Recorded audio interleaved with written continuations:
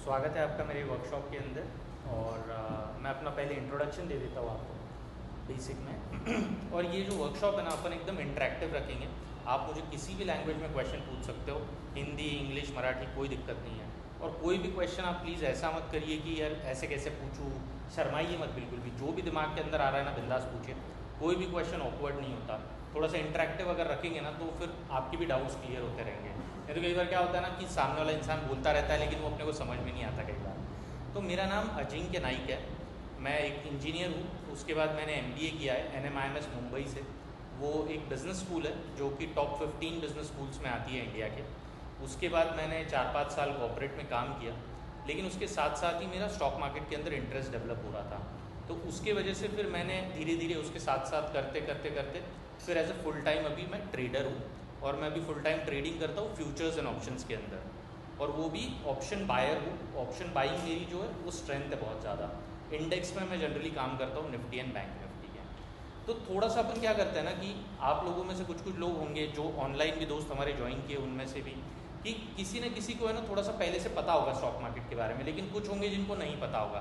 तो थोड़ा सा आप लोग एडजस्ट कर लीजिए, जिनको थोड़ा सा पता है ना वो पहले 5-10 मिनट, कि बाकी लोगों को भी अपन सब एक ही साथ में अगर चल सके आगे। तो अगर आप में से कोई भी मुझे बताना चाहेगा कि यार किसी को ऐसा लगता है कि स्टॉक मार्केट गैम्बल है, जुआ है, कोई कॉल टिप के चक्करों में आप में से पड़ा था, या फिर आपके आजू बाजू में आपके पेरेंट्स ने आपको कहीं रोका था कि नहीं यार ये तो स्टॉक मार्केट नहीं करना चाहिए ऐसे वैसे। ऑनलाइन जो दोस्त हमारे साथ ज्वाइन किए वो भी मुझे बता सकते हैं कि यार किसी को ऐसा लगता है क्या कि स्टॉक मार्केट एक गैम्बल है या जुआ है। किसी को नहीं लगता? ऑनलाइन जो हमारे दोस्त हैं उनमें से किसी को ऐसा लगता है कि स्टॉक मार्केट जुआ है करके?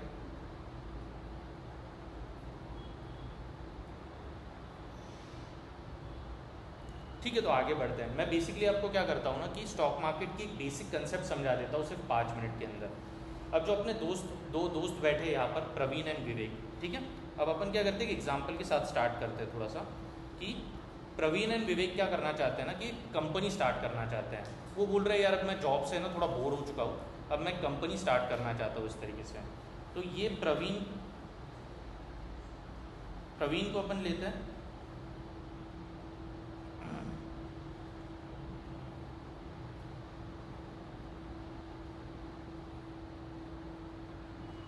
प्रवीण एंड विवेक के पास क्या था ना, 5 लाख रुपीज़ का एक अमाउंट था।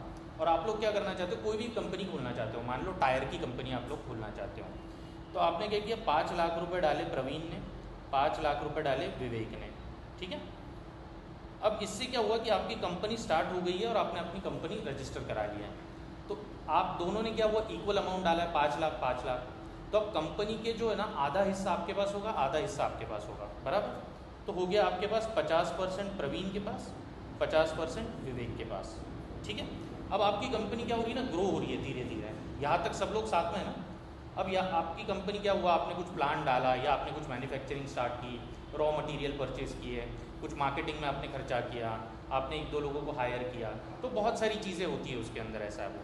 तो उसमें क्या हुआ कि आपने 5-5 लाख रुपए डाले, आपका बिजनेस अब थोड़ा सा ग्रो हो चुका है, लेकिन आपको और पैसा चाहिए, आपको चाहिए और 50 लाख रुपए, क्योंकि आप तो जानते हो कि कोई भी कंपनी को अगर बड़ा करना है तो उसके लिए पैसा चाहिए होता है। तो अब आपको चाहिए 50 लाख रुपए। आपके पास 2 ऑप्शन है, आप क्या कर सकते हो, आपके कंपनी की जो हिस्सेदारी है आपके पास, जो 50% है, उसमें से कुछ कुछ परसेंट आप क्या कर सकते हो, किसी और को दे सकते हो, उसके बदले में आप उससे पैसा ले सकते हो। जैसे आप लोग शार्क टैंक कभी कभी देखते होंगे, ऐसा है वो, वहाँ पे लोग आते हैं, वो बोलते हैं यार हमको पैसों की ज़रूरत है, तो वो अपने कंपनी की हिस्सेदारी उनको देते हैं और पैसा उनके हिसाब से लेते हैं। अब वहाँ पर आप क्या कर सकते हो कि अपने कंपनी की हिस्सेदारी दे सकते हो, उनको पैसा ले सकते हो, या फिर बैंक के पास जाके आप लोन भी ले सकते हो। लेकिन वो क्या होता है, बैंक के पास लोन लेके जाना, मतलब आपको पता है वो बहुत ही मतलब हेक्टिक प्रोसेस होता है। कोई आपको पैसे तो इतने इजीली देगा नहीं, उनको बहुत सारे प्रूफ चाहिए होते हैं, बहुत सारी चीज़ें चाहिए होती हैं, और तुरंत आपका EMI भी चालू हो जाएगा, इंटरेस्ट भी चालू हो जाएगा। तो आप बोलोगे भाई मैं उसका हेडेक पालूँ या मैं अपने कंपनी के ऊपर ध्यान दूँ। उसके अलावा आप क्या करते हो, आप क्या प्रेफर करते हो कि भाई सामने वाले इंसान को आप क्या करते हो, बताते हो सारे आपके रिपोर्ट्स, बताते हो फाइनेंशियल्स, बताते हो प्रॉफिट, बताते हो रेवेन्यू, बताते हो, आप उनको पूरा मार्केट एक्सप्लेन करते हो टायर का। मान लो कि आप पूरा अपना स्ट्रैटेजी उनको एक्सप्लेन करते हो किसी भी इन्वेस्टर को, और इन्वेस्टर आपको क्यों पैसा डालता है, क्योंकि वो भी रिस्क लेना चाहता है आपके ऊपर, उसको आपके अंदर पोटेंशियल दिखता है ऐसा है कि भाई आप ग्रो करोगे तो वो भी ग्रो करेगा, आपकी कंपनी बढ़ेगी तो उसकी भी बढ़ेगी, ऐसा है। ठीक है। तो आप जाते हो किसी एक एंजल इन्वेस्टर के पास, उसका नाम एंजल इन्वेस्टर अपन पकड़ लेते हैं, और कोई भी मिस्टर एक्स है मान लो वो, आप उसके पास चले गए, ठीक है। अब आपने क्या किया, आपने उसको बोला कि भाई मुझे 50 लाख रुपए चाहिए, और मैं क्या करता हूँ, मतलब आप दोनों क्या करोगे कि अपने कंपनी की जो हिस्सेदारी है ना 10% हिस्सेदारी उसको आप दे दोगे, ठीक है। 10% हिस्सेदारी अगर आप दोगे तो इसका क्या मतलब होता है कि 5% आपके इसमें से जाएगा, 5% आपके इसमें से जाएगा। प्रवीण के 5% कम हो गए, विवेक के 5% कम हो गए, और मिस्टर एक्स जिसने 50 लाख रुपए डाले थे उसको मिल गया 10% हिस्सेदार। तो अब अपन बोल सकते हैं कि भाई प्रवीण के पास जो थे वो अब बचा है 45%, ठीक है। विवेक के पास बचा है कितना, 45%, और मिस्टर एक्स के पास आ गया है 10%, ठीक है। अब फिर से 6 महीने आप लोग क्या करते हो, आप काम करते हो, आगे आपकी और कंपनी ग्रो होती है, धीरे धीरे आप और बढ़ते हो। तो जैसे कि आपको पता ही होगा कि और अगर ग्रो करना है तो और पैसे की ज़रूरत पड़ेगी, आपको एक्सपेंशन करना पड़ेगा, आपको और प्लांट्स लगाने पड़ेंगे, रॉ मटेरियल खरीदने पड़ेंगे, मार्केटिंग में आपको खर्चा करना पड़ेगा, बहुत सारी चीज़ें होगी। अब आपका 50 लाख से काम नहीं हो रहा है, अब आपको चाहिए 2 करोड़ रुपए। तो 2 करोड़ अगर आपको चाहिए तो आप क्या करते हो, और एक बड़े कंपनी के पास चले जाते हो कि भाई जो क्या करती है, कंपनीज के अंदर इन्वेस्ट करती है, उसको आप प्राइवेट इक्विटी फंड बोल सकते हो, कुछ भी बोल सकते हो, वेंचर कैपिटलिस्ट बोल सकते हो, उनके पास आप जाते हो और आप उनसे बोलते हो कि भाई आप 2 करोड़ आप हमको दीजिए, और 10% जो हिस्सेदारी है वो हम आपको देंगे, ठीक है। तो 10% हिस्सेदारी उनको मिल गई इस कंपनी को।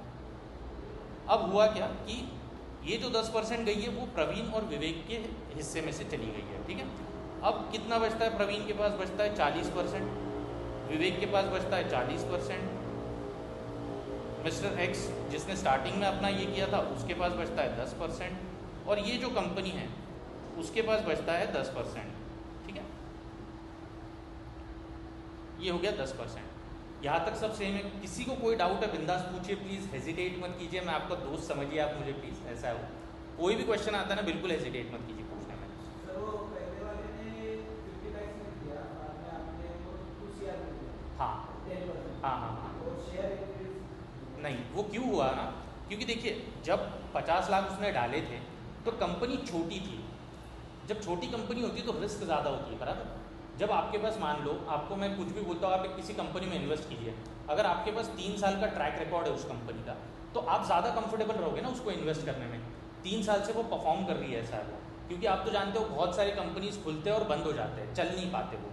तो जो स्टार्टिंग में रिस्क लेता है ना तो उसको कम पैसे में ज़्यादा हिस्सा मिलता है, ऐसा है। ये थोड़ा सा लॉजिकल कैलकुलेशन है, लेकिन जो कंपनी ने 2 करोड़ डाले वो बाद में डाले थे, तो उन्होंने क्या किया, उनके पास एक डेटा आ चुका था कि 2 साल का डेटा आ चुका था, भाई ये कंपनी अभी ऑपरेट कर रही है, स्टेबल हो चुकी है। फाउंडर्स जो थे दोनों प्रवीण एंड विवेक, वो फ्रॉड नहीं थे, मतलब वो जेन्युइन लोग हैं, वो मेहनत करते हैं, ऐसा है वो। तो ये सारी चीज़ें जब कंफर्म हुई तब जाके वो अपने हिस्से में आ गए अपनी कंपनी को। अब आपको चाहिए, क्या हुआ कि 500 या 1000 करोड़ आपको चाहिए, आपको और बड़ा होना है, आपको इंडिया में पूरे एक्सपांड करना है, आपको पूरे दुनिया में एक्सपांड करना है अब आपकी कंपनी, तो आपको चाहिए 1000 करोड़ रुपए। अब 1000 करोड़ तो आपको कोई देगा नहीं, इसीलिए ऐसा है वो। तो आप क्या करते हो, आप अपने कंपनी को लिस्ट कराते हो, किस पे लिस्ट कराते हो, NSE एंड BSE के ऊपर। इसका मैं आपको लॉजिक समझाता हूँ थोड़ा सा। अब क्या होता है कि अगर आप कोई सेलर हो, आप हेडफोन्स बेचते हो मान लो, मतलब छोटा सा एग्जांपल है सिर्फ रिलेट करने के लिए, जिसको ज़्यादा नॉलेज नहीं होगा उसका, कि अगर कोई आप में से कोई हेडफोन बनाता है और आप ऑनलाइन उसको बेचना चाहते हो, तो आपके पास 2 मेजर प्लेटफॉर्म्स कौन से हैं, एक है अमेजोन, एक है फ्लिपकार्ट। आप जाके वहाँ पर लिस्ट कराओगे तभी तो जाकर वो खरीदेगा ना आपको। अगर आप खुद की वेबसाइट बनाओगे, फिर खुद उसकी मार्केटिंग करोगे और खुद बेचने की कोशिश करोगे तो बहुत टाइम लग जाएगा उसमें, खर्चा भी लगेगा। तो आप क्या करते हो, आपकी लिस्टिंग कराते हो आपके प्रोडक्ट की, किसके ऊपर, अमेजोन एंड फ्लिपकार्ट के ऊपर, फिर जाके लोग वहाँ से आपके हेडफोन्स खरीद सकते हैं। तो वैसे ही क्या हुआ है कि इंडिया के अंदर जो है ना NSE एंड BSE जो होते हैं,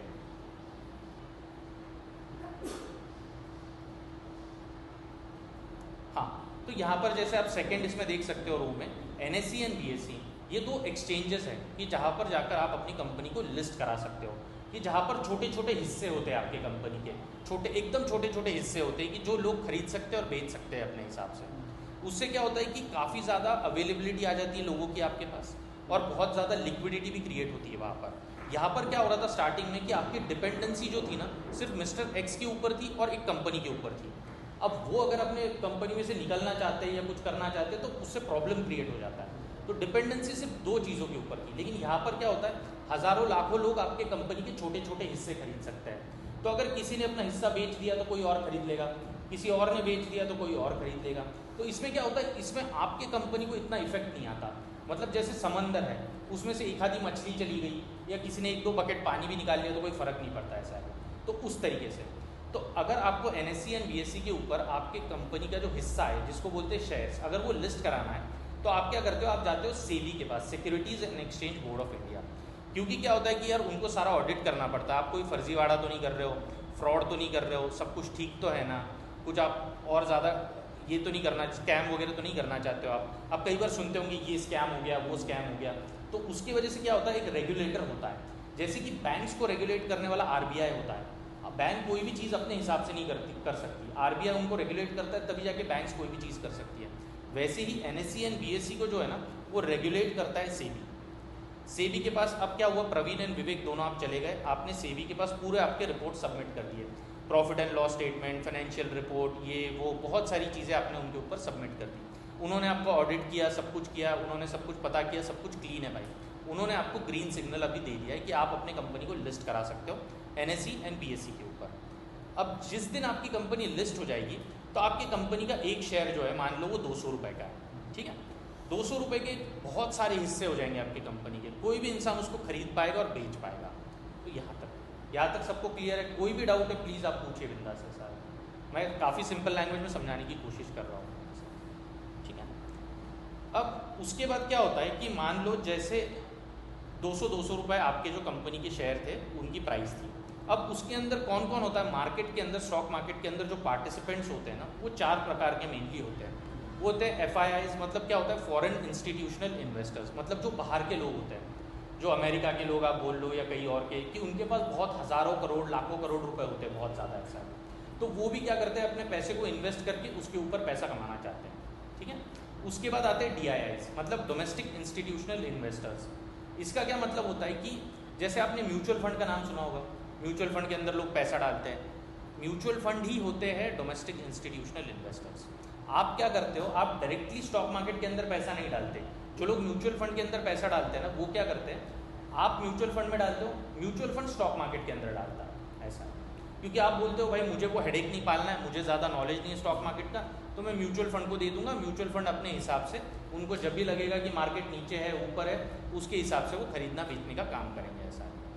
उसके बाद आता है प्रॉप डेस्क। प्रॉप डेस्क का क्या मतलब होता है, मान लो जैसे अडानी है, अंबानी है, उनके पास तो बहुत करोड़ों रुपए है, ऐसा है वो।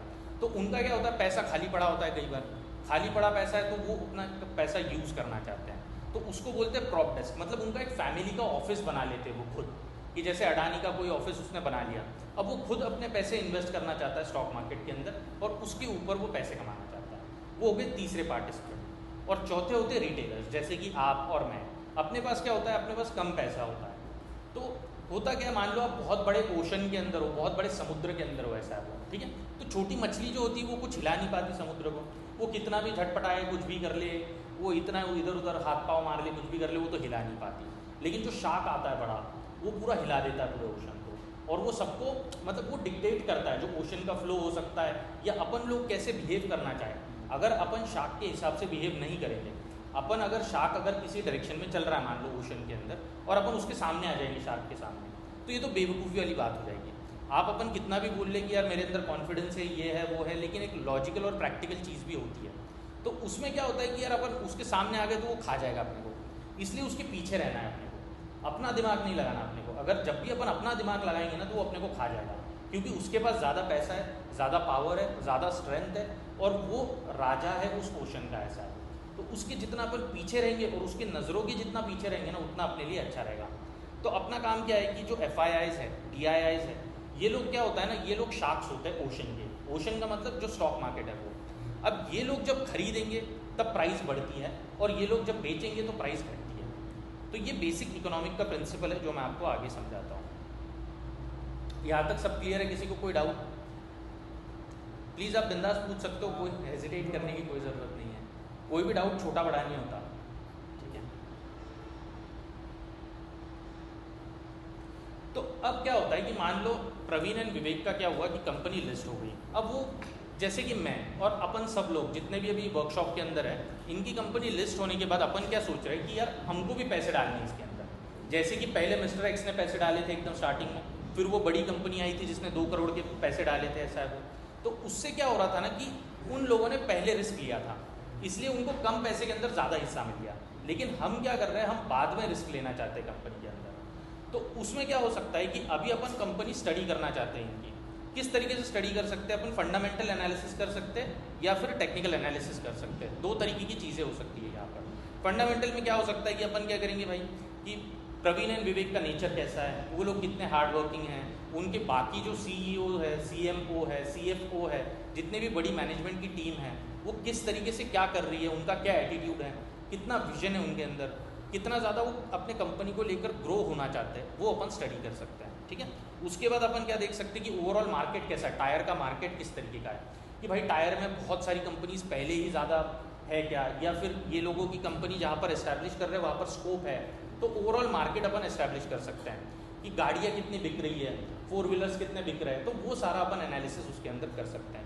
उसके बाद उनके फाइनेंशियल स्टेटमेंट्स अपन पढ़ सकते हैं, जैसे कि प्रॉफिट एंड लॉस स्टेटमेंट होता है, उसके बाद होता है अपना कैश फ्लो का स्टेटमेंट होता है, उसके बाद बैलेंस शीट अपन पढ़ सकते हैं, ये सारी चीज़ें अपन कर सकते हैं। उसके अलावा एनुअल रिपोर्ट जो होता है ना, वो पब्लिश करना पड़ता है हर एक कंपनी को, जो भी कंपनी लिस्टेड होती है उसके अंदर पूरा कच्चा चिट्ठा जो है वो अपना कंपनी का बताते हैं, मैं वो पढ़ सकता हूँ। अब ये तो हो गई बहुत टीडियस काम हो गया एकदम। अब होता क्या, आप लोग कई बार है ना ऐसा देखते होंगे कि कंपनी के अंदर कोई न्यूज़ आती है, कंपनी का रिजल्ट अच्छा आता है, या आपके दोस्त ने आपको फ़ोन करके बता दिया भाई देख यार ये तो कंपनी बहुत अच्छी है, इसका न्यूज़ अच्छा आया है, तो एक काम कर तू खरीद ले इसको। उससे होता क्या, कंपनी की न्यूज़ तो बहुत बढ़िया होती है लेकिन अगले दिन उसकी प्राइस गिर जाती है। कई बार आपको ये समझ में नहीं आता होगा कि यार ऐसा कैसे हो रहा है, कंपनी की न्यूज़ तो अच्छी थी, सब कुछ तो अच्छा था। जैसे अगर आप देखो राम मंदिर का जिस दिन इनॉग्रेशन था, उस दिन जो था ना मार्केट थोड़ा सा गिर रहा था, सुबह खुला तो ऊपर हो लेकिन गिर रहा था वो नीचे नीचे नीचे नीचे। अब अगर अपन देखना चाहे तो कितनी अच्छी चीज़ है कि यार इतने 500 सालों से वो स्ट्रगल चल रहा था, उसका इनॉग्रेशन हुआ है, बहुत ज़्यादा उससे बूस्ट मिल सकता है टूरिज्म को, इसको उसको ऐसा वैसा। लेकिन अगर कोई कॉमन इंसान जाएगा वो तो यही सोचेगा ये तो पॉजिटिव न्यूज़ है, आज तो मार्केट बढ़ना चाहिए, लेकिन वो फिर भी गिर जाता है ऐसा। तो इसके पीछे क्या स्टडी होती है ना दोस्तों, कि अगर आपको मतलब अपन सब लोगों को कितना भी अपन रूम में बैठे मान लो, ठीक है, मेरे पास कुछ पैसे 50,000, आपके पास 50,000, 50,000 अपने पास है, और अपन बैठ के रूम में एनालाइज कर रहे हैं कि प्रवीण एंड विवेक की कंपनी अच्छी है, उससे कोई फ़ायदा नहीं होने वाला। क्योंकि अपन लोग है ना छोटी छोटी मछलियाँ है ओशन की, अपन ओशन को नहीं हिला सकते, ओशन को हिलाने वाला सिर्फ जो है ना वो शार्क ही होता है। तो इसके लिए अपन कितने भी ख्याली पुलाव बनाते रहे अपने दिमाग के अंदर कि भाई नहीं इनकी कंपनी अच्छी है, देखो इनका प्रॉफिट बढ़ रहा है, ये बढ़ रहा है, वो बढ़ रहा है, लेकिन जब तक जो बड़े बड़े इंस्टीट्यूशंस हैं जो 1000 करोड़ डालते हैं, 10,000 करोड़ डालते हैं, 1 लाख करोड़ डालते हैं, उनको जब तक नहीं लगेगा ना कि आपकी कंपनी अच्छी है, तब तक आपकी प्राइस नहीं बढ़ेगी। इसका मैं आपको कंसेप्ट समझाऊंगा इकोनॉमिक्स के अंदर कि बेसिक कंसेप्ट क्या होता है। तो पहले तो लगे वो देख लेते हैं अपन कि बेसिक कंसेप्ट क्या होता है। आपको तो ये पता है कि यार जब डिमांड इंक्रीज होती है ना किसी भी चीज़ की, तभी जाके प्राइस बढ़ती है, और जब सप्लाई बढ़ जाता है मार्केट के अंदर तो प्राइस गिर जाती है, ऐसा है। तो यहाँ तक कोई सब क्लियर है ये, क्योंकि ये एकदम क्रक्स है अपने इसका। तो अगर मैं 30 सेकंड रुक जाता हूँ लगे तो कि किसी को कोई डाउट है तो वो पूछ सकता है कि इस कंसेप्ट के अंदर किसी को डाउट है कि डिमांड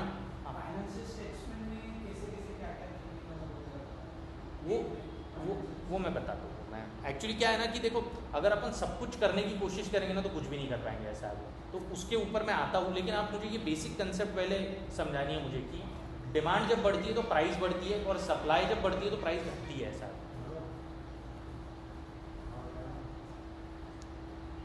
किसी को कोई डाउट है ऑनलाइन के अपने दोस्तों में से इस जो बेसिक इकोनॉमिक का प्रिंसिपल है उसके अंदर? ठीक है, तो आगे बढ़ते हैं। मान लो देखिए अब क्या होता है ना कि आप किसी भी चीज़ के अंदर देखिए कि कोई चीज़ लिमिटेड क्वांटिटी में अवेलेबल है। आप कोई भी चीज़ अगर खरीदना चाहते हो, कोई हीरा या डायमंड है मान लो, वो बहुत कम क्वांटिटी के अंदर है और बहुत ज़्यादा लोग उसको खरीदना चाहते हैं, तो क्या होता है उसमें बिडिंग होती है। बिडिंग कैसे होगी? एक इंसान बोलेगा भाई मैं 1 करोड़ में हीरा खरीदूंगा, दूसरा बोलेगा नहीं नहीं मुझे ये हीरा चाहिए मैं 1.5 करोड़ दूंगा, तीसरा बोलेगा नहीं नहीं मुझे ये चाहिए 2 करोड़ दूंगा, ऐसा है। तो इस तरीके से क्या हो रहा है कि क्वांटिटी जो है वो बहुत कम है, हीरे की एक ही क्वांटिटी है, लेकिन 3-4 लोग उसको खरीदना चाहते हैं, ऐसा है। तो उससे क्या हुआ कि डिमांड बढ़ गई हीरे की। लेकिन क्या होता है कि 10 हीरे मान लो और एक ही इंसान ही खरीदने वाला, तो अब पावर जो है वो किसके पास आ गई? इसके पास आ गई, जो इंसान खरीदना चाहता है तो वो डिक्टेट करेगा क्या प्राइस होती है वो। तो ये बेसिक इकोनॉमिक का प्रिंसिपल है, डिमांड बढ़ेगी तो प्राइस बढ़ेगा, सप्लाई बढ़ेगी तो प्राइस घटेगा। अब डिमांड अपन नहीं बढ़ा सकते दोस्तों, क्योंकि अपने पास छोटे छोटे पैसे, अपने पास 50-50 हज़ार रुपये, अपन क्या बढ़ाएंगे डिमांड किसी चीज़ की, ऐसा है। तो इसकी वजह से क्या होता है ना कि जैसे मैंने बताया कि जैसे आप पूछ रहे थे मुझे फाइनेंशियल स्टेटमेंट्स के अंदर क्या होता है, उसके अंदर क्या होता है ना कि बैलेंस शीट होती है एक कंपनी की, उसके बाद प्रॉफिट एंड लॉस स्टेटमेंट होता है, उसके बाद कैश फ्लो स्टेटमेंट होता है। लेकिन अगर मैं और आप मिलकर दिन भर भी उसके बारे में पढ़ाई करते रहे और अपन इस कंक्लूजन पे आ जाए कि यार ये चीज़ें बहुत अच्छी हैं, उससे कुछ नहीं होने वाला है। वो जो बैलेंस शीट है ना, वो FIIs एंड DIIs जो बड़े लोग हैं उनको अच्छी लगनी चाहिए, अपने अच्छे लगने से कोई फ़ायदा नहीं है उस चीज़ का, ऐसा है। तो इसीलिए क्या होता है ना कि अगर अपन जितना ज़्यादा उसके अंदर स्टडी करने की कोशिश करेंगे फाइनेंशियल स्टेटमेंट्स, बेसिक अपन उसको देख सकते हैं, कोई दिक्कत नहीं है उसके अंदर, लेकिन आप जितना ज़्यादा डेप्थ में घुसने की कोशिश करोगे उतना क्या हो जाएगा ना कि आप शार्क के पीछे नहीं रहोगे, आप उसके साइड में या सामने आने की कोशिश करोगे, और वो अपने को करना नहीं है। अपने को सिर्फ शार्क की हरकतें नोटिस करनी है कि भाई वो किस डायरेक्शन में जाना चाहता है और उसके पीछे अपने को चलना है। तो वो कैसे पता चलेगा कि भाई अगर उसने 1000 करोड़ अगर मार्केट के अंदर डाल दिए, किसी शार्क ने या किसी FII ने DII ने जो 1000 करोड़ डाल दिए, तो इनकी प्राइस तो एकदम 200 की जो थी वो 240 हो जाएगी, ठीक है। तो अब इससे क्या होता है ना कि अपन एक बेसिक अंडरस्टैंडिंग तो अपन ने ले ली कि भाई इनके ये जो है ना कंपनी कोई फ्रॉड नहीं कर रही है, कुछ नहीं कर रही है, और इनकी कंपनी सब कुछ अच्छी है। और ये जितना भी हेडेक होता है, जैसे आपने बताया कि फाइनेंशियल स्टेटमेंट्स पढ़ने का, वो बड़े बड़े लोग लेंगे, वो हेडेक अपने को नहीं लेना है, ऐसा है।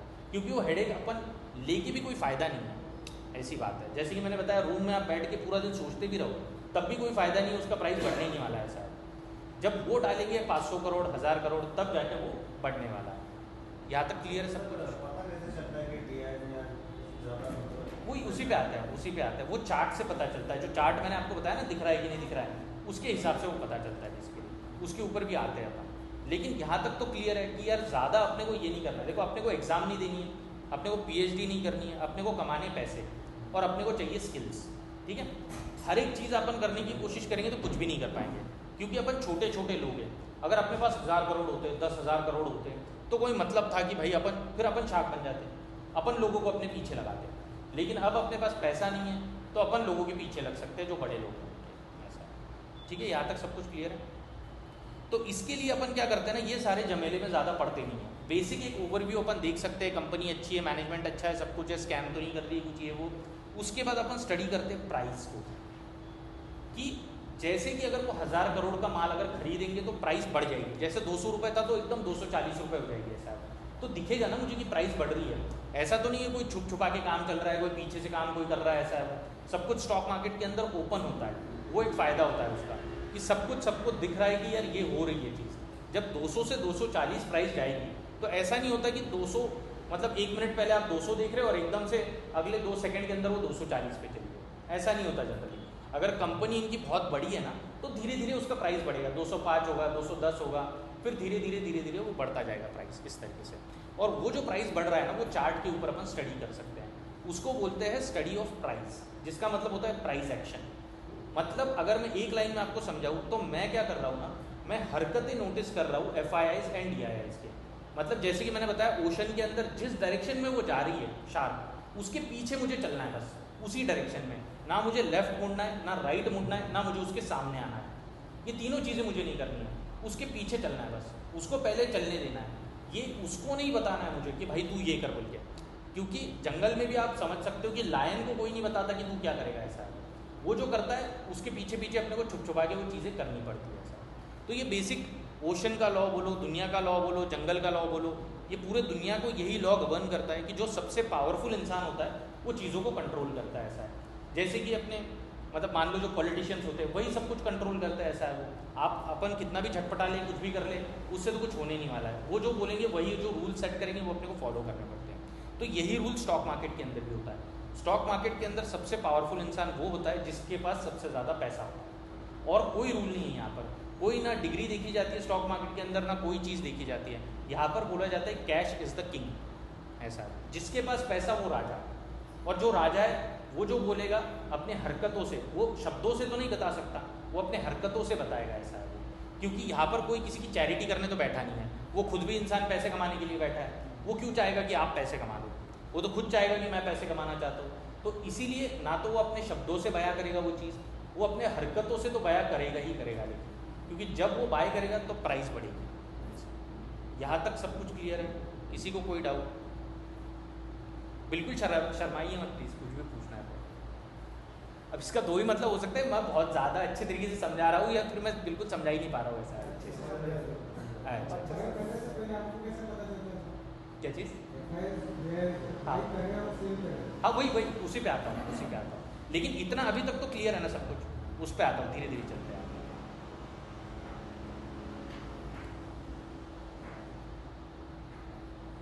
तो ये जो है ना, ये सारे स्टॉक ब्रोकर्स हैं कि जिसके ऊपर आप अपना अकाउंट खोल सकते हो, और उसके बाद फिर क्या कर सकते हो कि आप उसके अंदर ट्रेडिंग कर सकते हो, इन्वेस्टिंग कर सकते हो, बहुत सारी चीज़ें। इसके अंदर किसी को डाउट है कि स्टॉक ब्रोकर क्या होता है करके? क्योंकि ये तो यार बेसिक चीज़ है, मतलब पता होनी चाहिए। अगर नहीं किसी को पता है तो प्लीज़ पूछिए, ऑनलाइन जो अपने दोस्त है वो भी पूछ सकते हैं। ठीक है, तो ये स्टॉक ब्रोकर का मैं स्किप कर दूँ। जो आपका डाउट था कि कैसे पता चलेगा, उस पर आते हैं, वो मेन चीज़ है। ठीक है, अब कैंडल स्टिक्स के बारे में किसी को कुछ पता है क्या? थोड़ा सा कैंडल स्टिक्स के बारे में किसी को पता है? शर्मा ये मत, बिंदास बताइए। कैंडल स्टिक्स, अगर आपने कभी नाम सुना है कैंडल स्टिक का? सुना है? आपने सुना है? ठीक,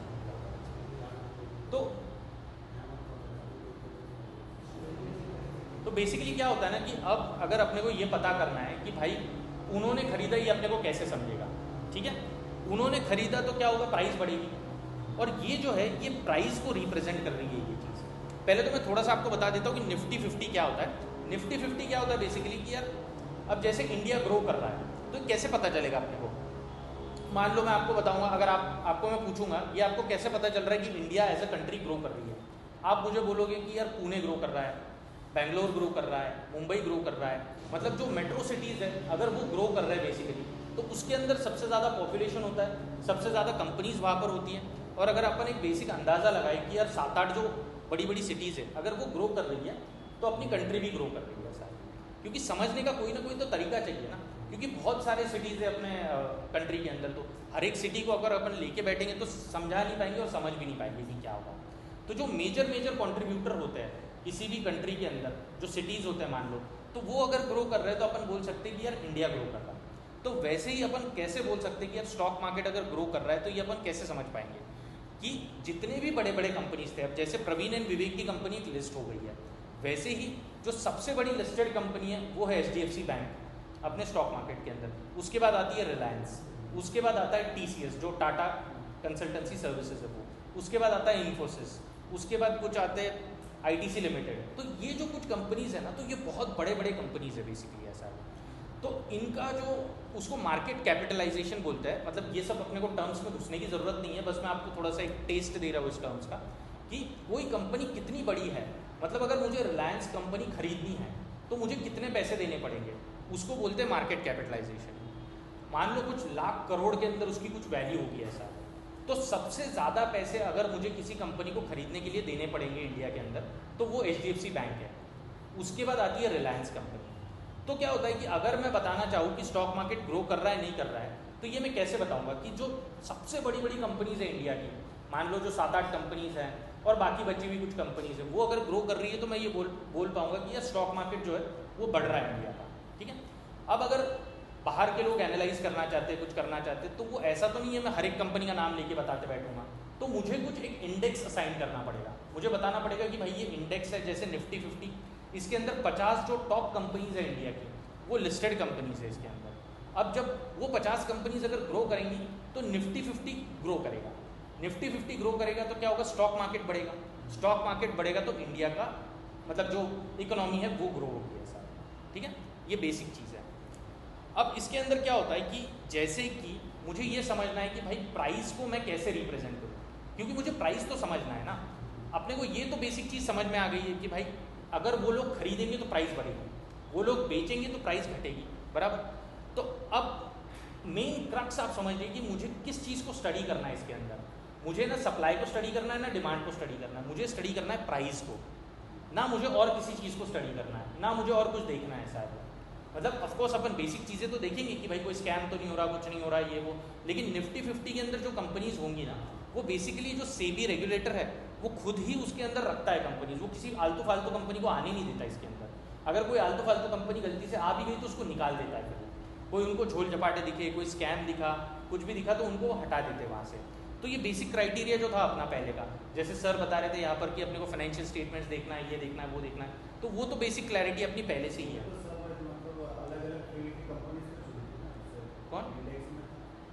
ऐसा नहीं है, अलग अलग फील्ड्स के तो होते ही है वो, लेकिन क्या होता है ना, जो सबसे बड़ी कंपनी होती है वो पहले नंबर पे आती है, उससे छोटी कंपनी दूसरे नंबर पे आती है, उससे छोटी कंपनी तीसरे नंबर पे आती है। इस तरीके से फिर जो 50 कंपनीज हो जाते हैं उसको बोला जाता है निफ्टी 50 का इंडेक्स। ऐसा तो अब इसके अंदर अगर आप समझो तो अपने को मेन चीज़ क्या समझनी है, प्राइस को अपने को स्टडी करना है, ये सबसे इंपॉर्टेंट चीज़ है, क्योंकि प्राइस जब बढ़ेगी तो अपने को पता चलेगा, और प्राइस कब बढ़ेगी, जब वो लोग खरीदेंगे। ठीक है, अब प्राइस को मुझे किसी न किसी तरीके से रिप्रेजेंट करना पड़ेगा। ऐसा तो मैं नहीं बोल सकता हूँ ना कि मान लो अगर मैं आपको डेली कुछ बताता रहूँ, यार इसकी प्राइस जो है ना आज 10 रुपये थी, कल 12 रुपये हो गई, 14 रुपये हो गई, मैं क्या करूँ ऐसे बस लिखता जाऊँ इसके ऊपर अपने नोट पैड के ऊपर, और डेली मैं आपको 1 महीने का दे दूँ डेटा, तो क्या आप उसको समझ पाओगे? बिल्कुल नहीं समझ पाओगे, क्योंकि वो नंबर्स के अंदर होगा। ऐसा है, अपना जो दिमाग होता है ना वो चार्ट्स के थ्रू समझ पाता है। मतलब कोई भी चीज़ अगर आप उसको ड्रॉ करके बता दो ना तभी वो समझ पाता है और उसके बीच में वो लिंक लगा पाता है। उसके बगैर अगर मैं आपको सिर्फ ऐसे डेटा फेंक दूँ कुछ भी कि यार आज 10 रुपये थी, कल 12 रुपये हो गई, फिर 14 रुपये हो गई, 20 रुपये हो गई, आपको मैं बड़ा सा एक्सेल शीट बना के कुछ भी दे दूँ ऐसा, तो आपका दिमाग उसको प्रोसेस नहीं कर पाएगा किसी भी तरीके से। तो उसको रिप्रेजेंट करने के लिए अपन एक सिंपल तरीका यूज़ करते हैं जिसको बोलते हैं चार्ट्स। अब ये जो तरीका है कैंडल स्टिक्स का, ये जापान के लोगों ने इन्वेंट किया था इसको बोला जाता है कैंडल स्टिक। किसी भी तरीके से एक कैंडल स्टिक जो होती है ना, मान लो अब एक कैंडल स्टिक जो होती है वो किसी भी टाइम फ्रेम को रिप्रेजेंट कर सकती है। थोड़ा सा यहाँ तक क्लियर है? फास्ट तो नहीं जा रहा हूँ ज़्यादा? कोई भी डाउट है आप बिंदास प्लीज पूछिए। तो कैंडल स्टिक के अंदर क्या होता है, एक रिप्रेजेंटेशन होता है प्राइस का, कि जिससे अपन आसानी से अपन समझ पाए उस प्राइस का नेचर, या जो शार्ट्स की हरकतें होती है जैसे FIIs एंड DIs, उनकी जो हरकतें होती है वो समझने के लिए, उसको विजुअलाइज करने के लिए, और ना कि सिर्फ विजुअलाइज करने के लिए बट पूरे तरीके से फील करने के लिए अपन इस कैंडल स्टिक को रिप्रेजेंट करते हैं। अब ये जो आप देख सकते हो ना, ये एक कैंडल स्टिक है। मतलब अगर आप ये पहली कैंडल स्टिक देखो इस तरीके से,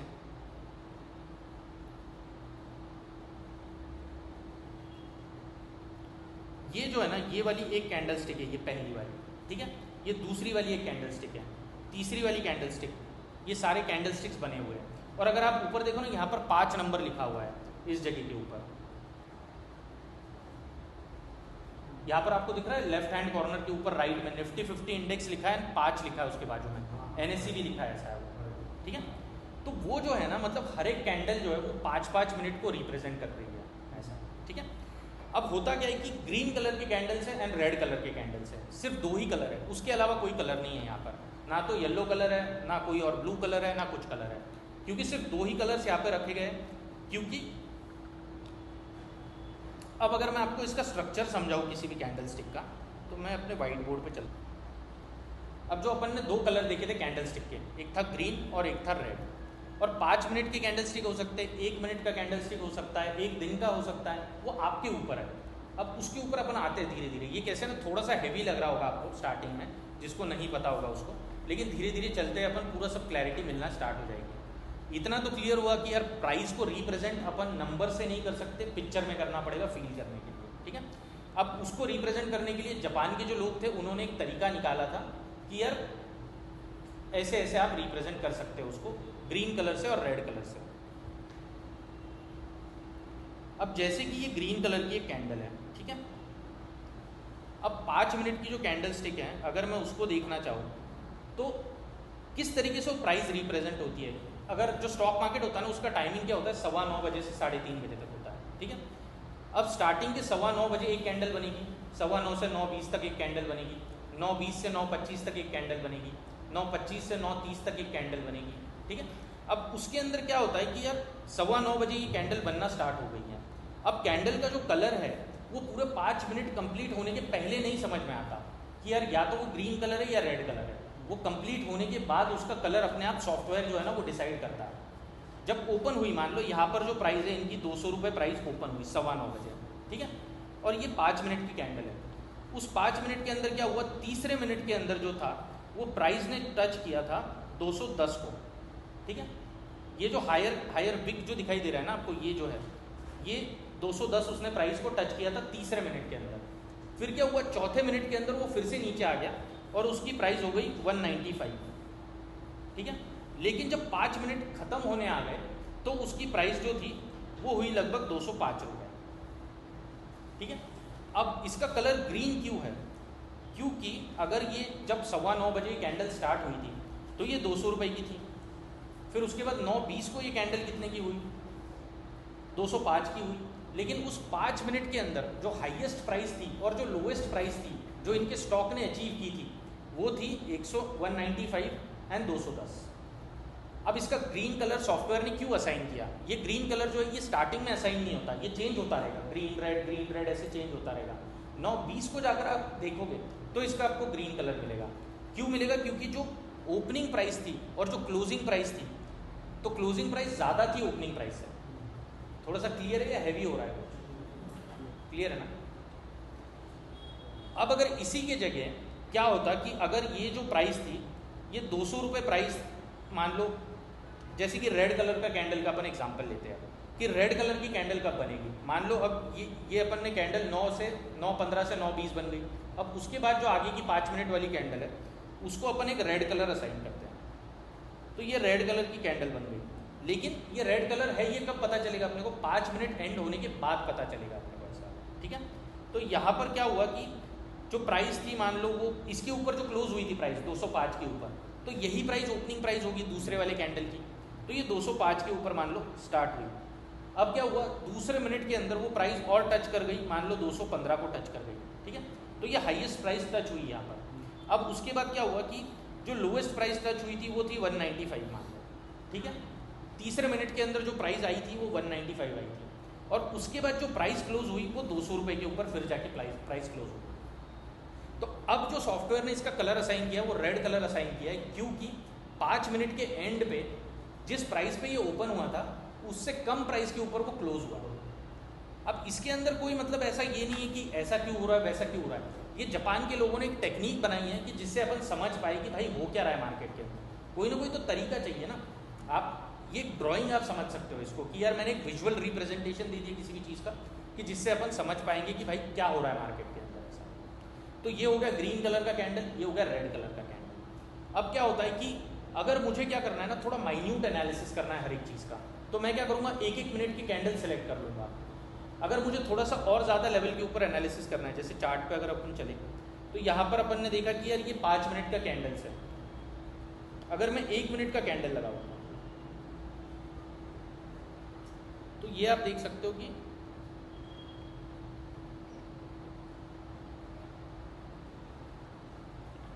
तो ये जो है ना ये 1-1 मिनट की कैंडल्स है।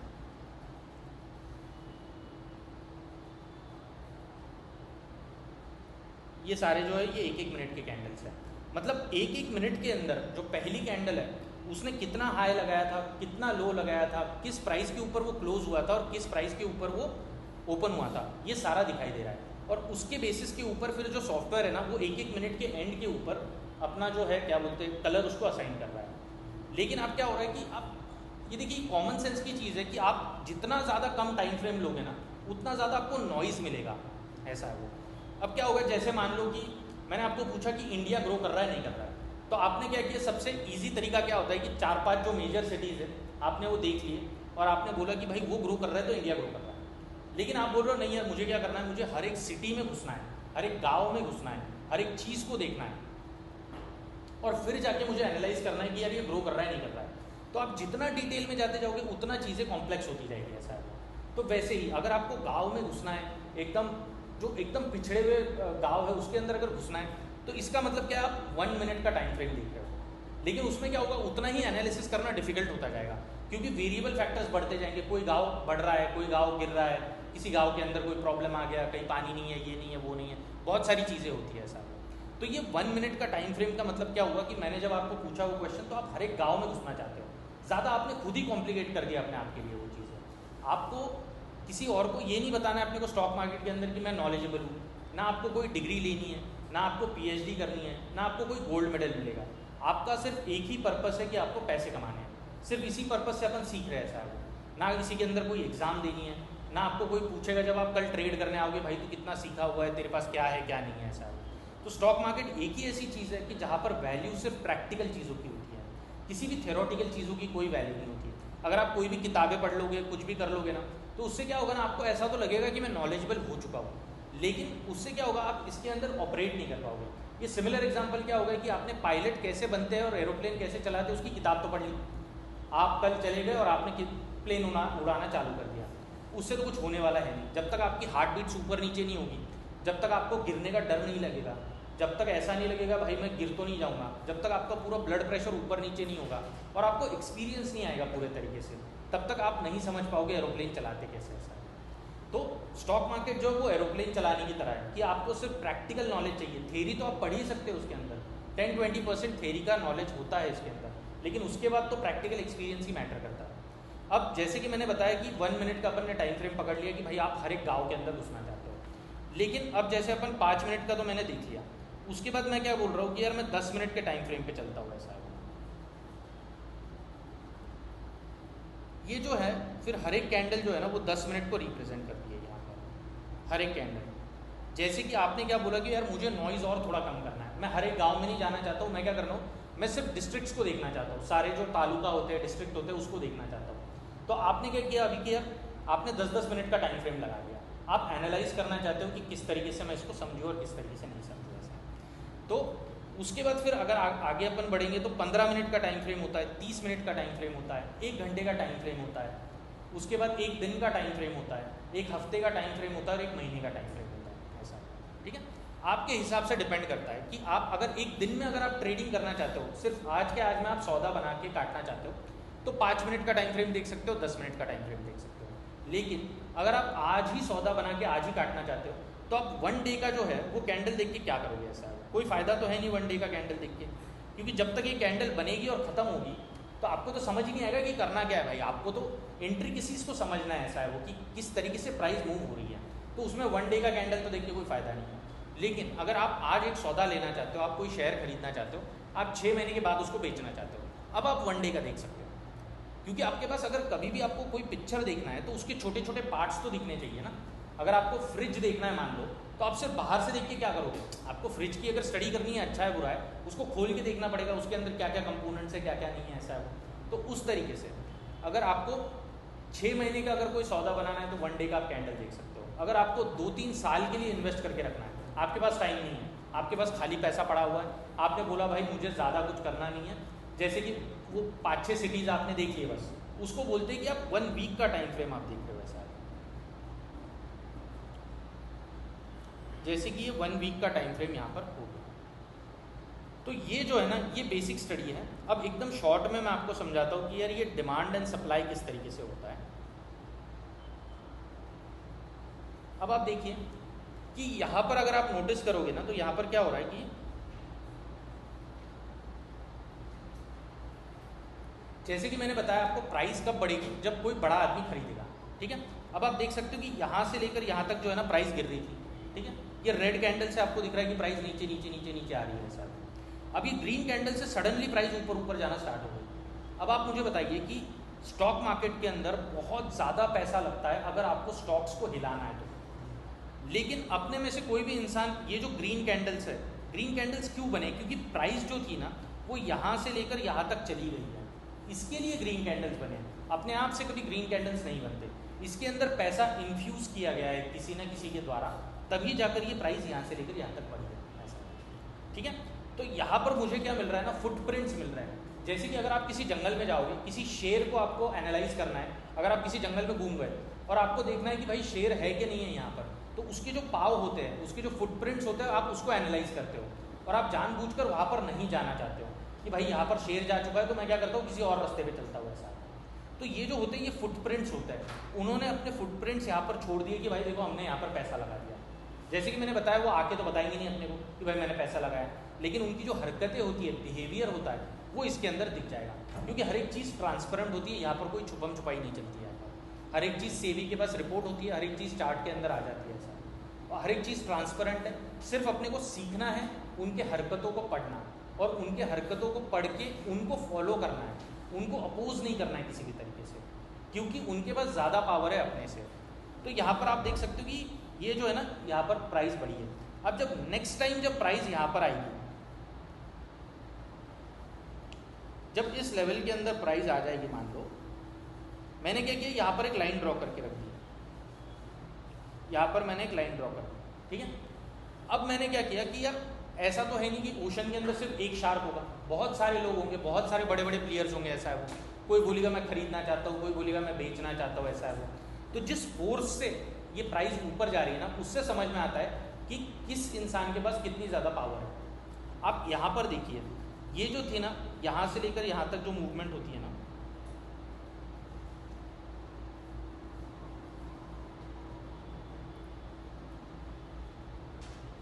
आप ये वाली मूवमेंट देखिए, यहाँ पर जो मैंने ये लाइन ड्रॉ की है ना, ये वाली, ये जो स्टार्टिंग की जो मूव है,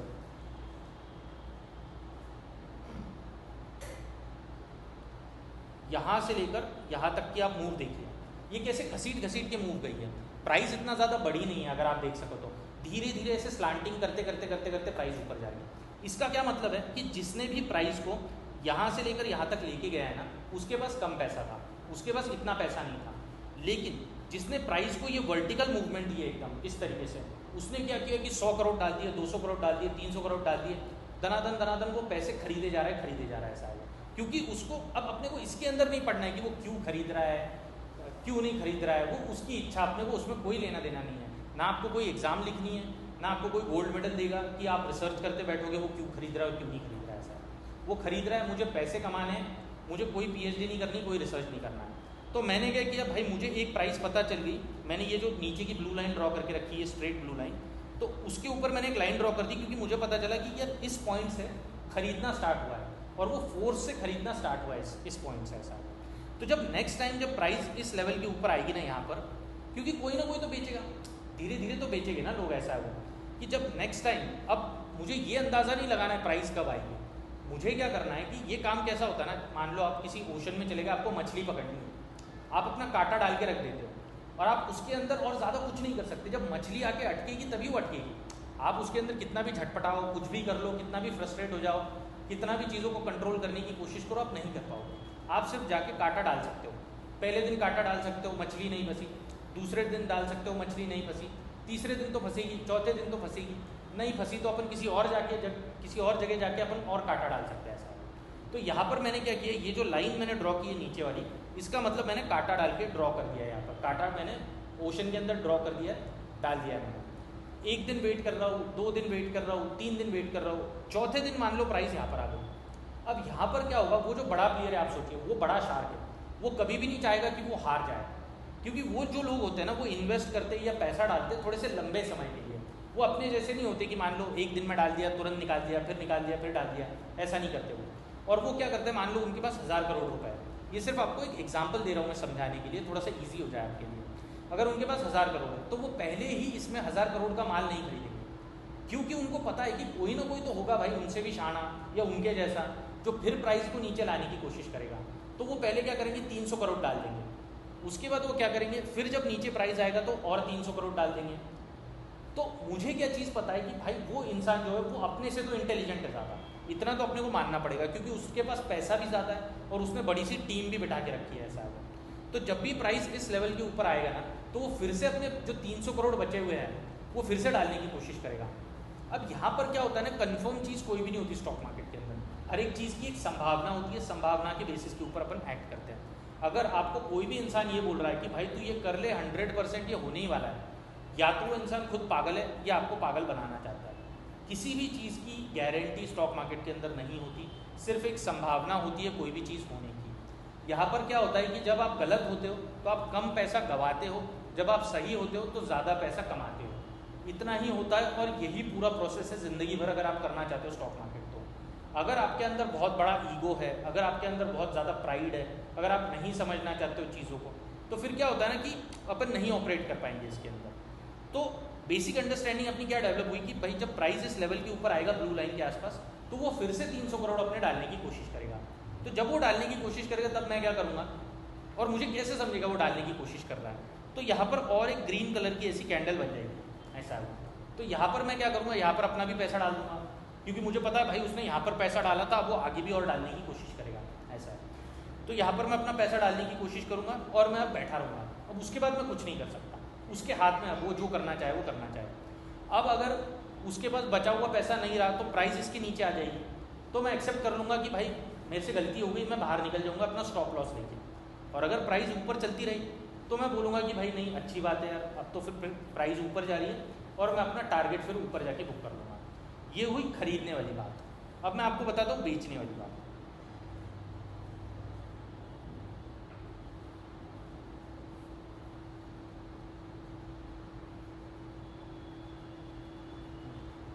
अब आप देख सकते हो जैसे खरीदने की बात हुई थी अपनी, वैसे ही बेचने की बात हुई थी। तो अगर मैं आपको एक एग्जांपल दूँ, आप यहाँ पर देखिए,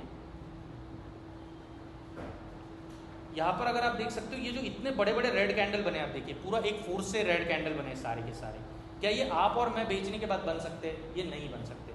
जब कोई इंसान 1000 करोड़ 10,000 करोड़ 1 लाख करोड़ उतना जब माल बेचेगा ना मार्केट के अंदर, तो जाके फिर अपने को समझ में आएगा कि भाई इसके अंदर सेलिंग हो गया। अब मैं क्या करूँगा, मैं इंटेलिजेंट हूँ, मैं क्या करूँगा भाई, अब तो मैं कुछ नहीं कर सकता, उसने बेच दिया। अब मैं सिर्फ वेट करूँगा, 1 दिन वेट करूँगा, 2 दिन 3 दिन, कि प्राइस फिर से कब इस लेवल के ऊपर आती है। मैं यहाँ पर अपना एक लाइन ड्रॉ कर दूँगा। मुझे एक चीज़ पता है कि अगर उसने यहाँ पर बेचा है तो वो फिर से यहाँ पर बेचने की कोशिश करेगा ऐसा है, क्योंकि अगर प्राइस इसके ऊपर चली गई ना तो उसको नुकसान हो जाएगा, क्योंकि उसने बेचा है मार्केट के अंदर, तो प्राइस को वो इसके ऊपर जाने नहीं देगा। तो लकीली क्या हुआ कि नेक्स्ट डे के अंदर ही प्राइस इस लेवल के ऊपर खुल गई और यहीं से नीचे जाना स्टार्ट हो गई। अब मुझे कैसे पता चलेगा कि प्राइस यहाँ से नीचे जाना स्टार्ट हो रही है? ये पहली कैंडल तो बन जाएगी ना, ये पहली रेड कैंडल बनने के बाद मुझे समझ में आएगा, मैंने ये लाइन तो यहाँ पे ड्रॉ करके रखी है और यहाँ पे ये रेड कैंडल बन गई है, तो यहाँ से मुझे समझ में आएगा कि भाई प्राइस यहाँ से नीचे जा सकती है। तो मैं क्या करूँगा, एक संभावना के ऊपर एक्शन लूँगा ऐसा। गारंटी जैसे कि मैंने बताया किसी चीज़ की नहीं है, संभावना के ऊपर क्या करूँगा, मैं यहाँ पर अपना ट्रेड बना लूँगा, यहाँ पर मैं स्टॉप लॉस अपना लगा लूँगा, और जितना मेरा स्टॉप लॉस है उससे 3 या 4 गुना मैं क्या करूँगा, टारगेट अपना बुक करने की कोशिश करूँगा ऐसा। तो यही होता है, जैसे कि आपने पूछा ये कैसे पता चलेगा कि उन्होंने खरीदा था और उन्होंने बेचा था। जब वो फर्स्ट टाइम खरीदेंगे या बेचेंगे तब अपने को नहीं पता चलता, अपने को सिर्फ उनको फॉलो करना है। फॉलो करने के लिए अपने को पहला जो चांस होता है वो छोड़ देना पड़ता है। जैसे कि ये पहला चांस था, ये पहले चांस के अंदर अपने को छोड़ देना पड़ेगा, अपन कुछ नहीं कर सकते इसके अंदर, कितना भी अपन झटपटा ले कुछ भी कर ले कोई फ़ायदा नहीं है। अपन सिर्फ वेट कर सकते कि नेक्स्ट टाइम प्राइस कब उस लेवल पे आएगा, तो अपने को पता चलेगा कि भाई वहाँ से लोग फिर से बेचने की कोशिश करेंगे ऐसा। जैसे कि मैंने खरीदने की बात बताई, पहली बार जब वो खरीदेंगे तो अपने को नहीं पता चलेगा, उनको खरीदने देंगे, अपन वेट करेंगे, शांति से बैठे रहेंगे ऐसा। जब नेक्स्ट टाइम प्राइस उस लेवल के ऊपर आएगी तो अपन फिर से वहीं पर खरीदने की कोशिश करेंगे। तो ये जो है ना बेसिक अंडरस्टैंडिंग मैंने आपको दे दी अभी तक स्टॉक मार्केट की।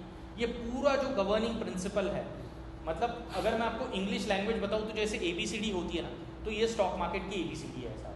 और इसके ऊपर अब आप जितना गहराई के अंदर जाते जाओगे जाते जाओगे जाते जाओगे उतना ही अपन उसके अंदर एक्सपर्ट बनते जाते हैं।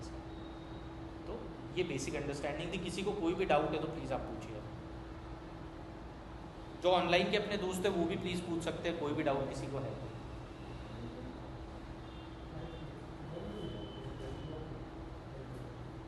ठीक है सर। तो अभी तक तो मैंने क्या किया, आपको सिर्फ एक ABCD बता दी, लेकिन प्रॉब्लम क्या होता है, दिखने में ये जितना आसान है उतना एक्चुअली है नहीं। जैसे कि मैंने आपको बता दिया, अभी मैंने क्या किया, आपको एरोप्लेन सिर्फ कैसे चलाते हैं वो बता दिया, लेकिन जब तक आपकी ब्लड प्रेशर ऊपर नीचे नहीं होगा, जब तक आपको टेंशन नहीं आएगा, स्ट्रेस नहीं आएगा, जब तक आपके पास पैसे नहीं होंगे, जब तक एक्सपीरियंस नहीं आएगा, जैसे आप एरोप्लेन में कभी बैठते होंगे तो टर्बुलेंस आता होगा, हवा आती होगी ऐसा है, तो मैं कितना भी आपको बता दूँ तो जब हवा आएगी तो आपका जी धड़धड़ करेगा ऐसा है। तो जब तक वो नहीं होता तब तक आप सीख नहीं पाओगे ऐसा। और प्रॉब्लम क्या है ना, स्टॉक मार्केट के अंदर आप लोग देखते होंगे, आपके दोस्त होंगे कोई जो कॉल टिप के चक्करों में पड़ते होंगे कि यार यहाँ से पता चल गया, वहाँ से पता चल गया। तो अगर आप एक सिंपल कॉमन सेंस लगाओ, वो कॉल टिप बेचने वाले लोग क्या होता है, वो 2000 रुपये आपसे लेते होंगे, बराबर 2000 5000 10,000। आपको कॉल भी आते होंगे कई बार ऐसे स्कैम वाले कि सर आप स्टॉक मार्केट के अंदर इन्वेस्ट करते हो क्या, करते हो तो थोड़ा आप हमको पैसा दे दो।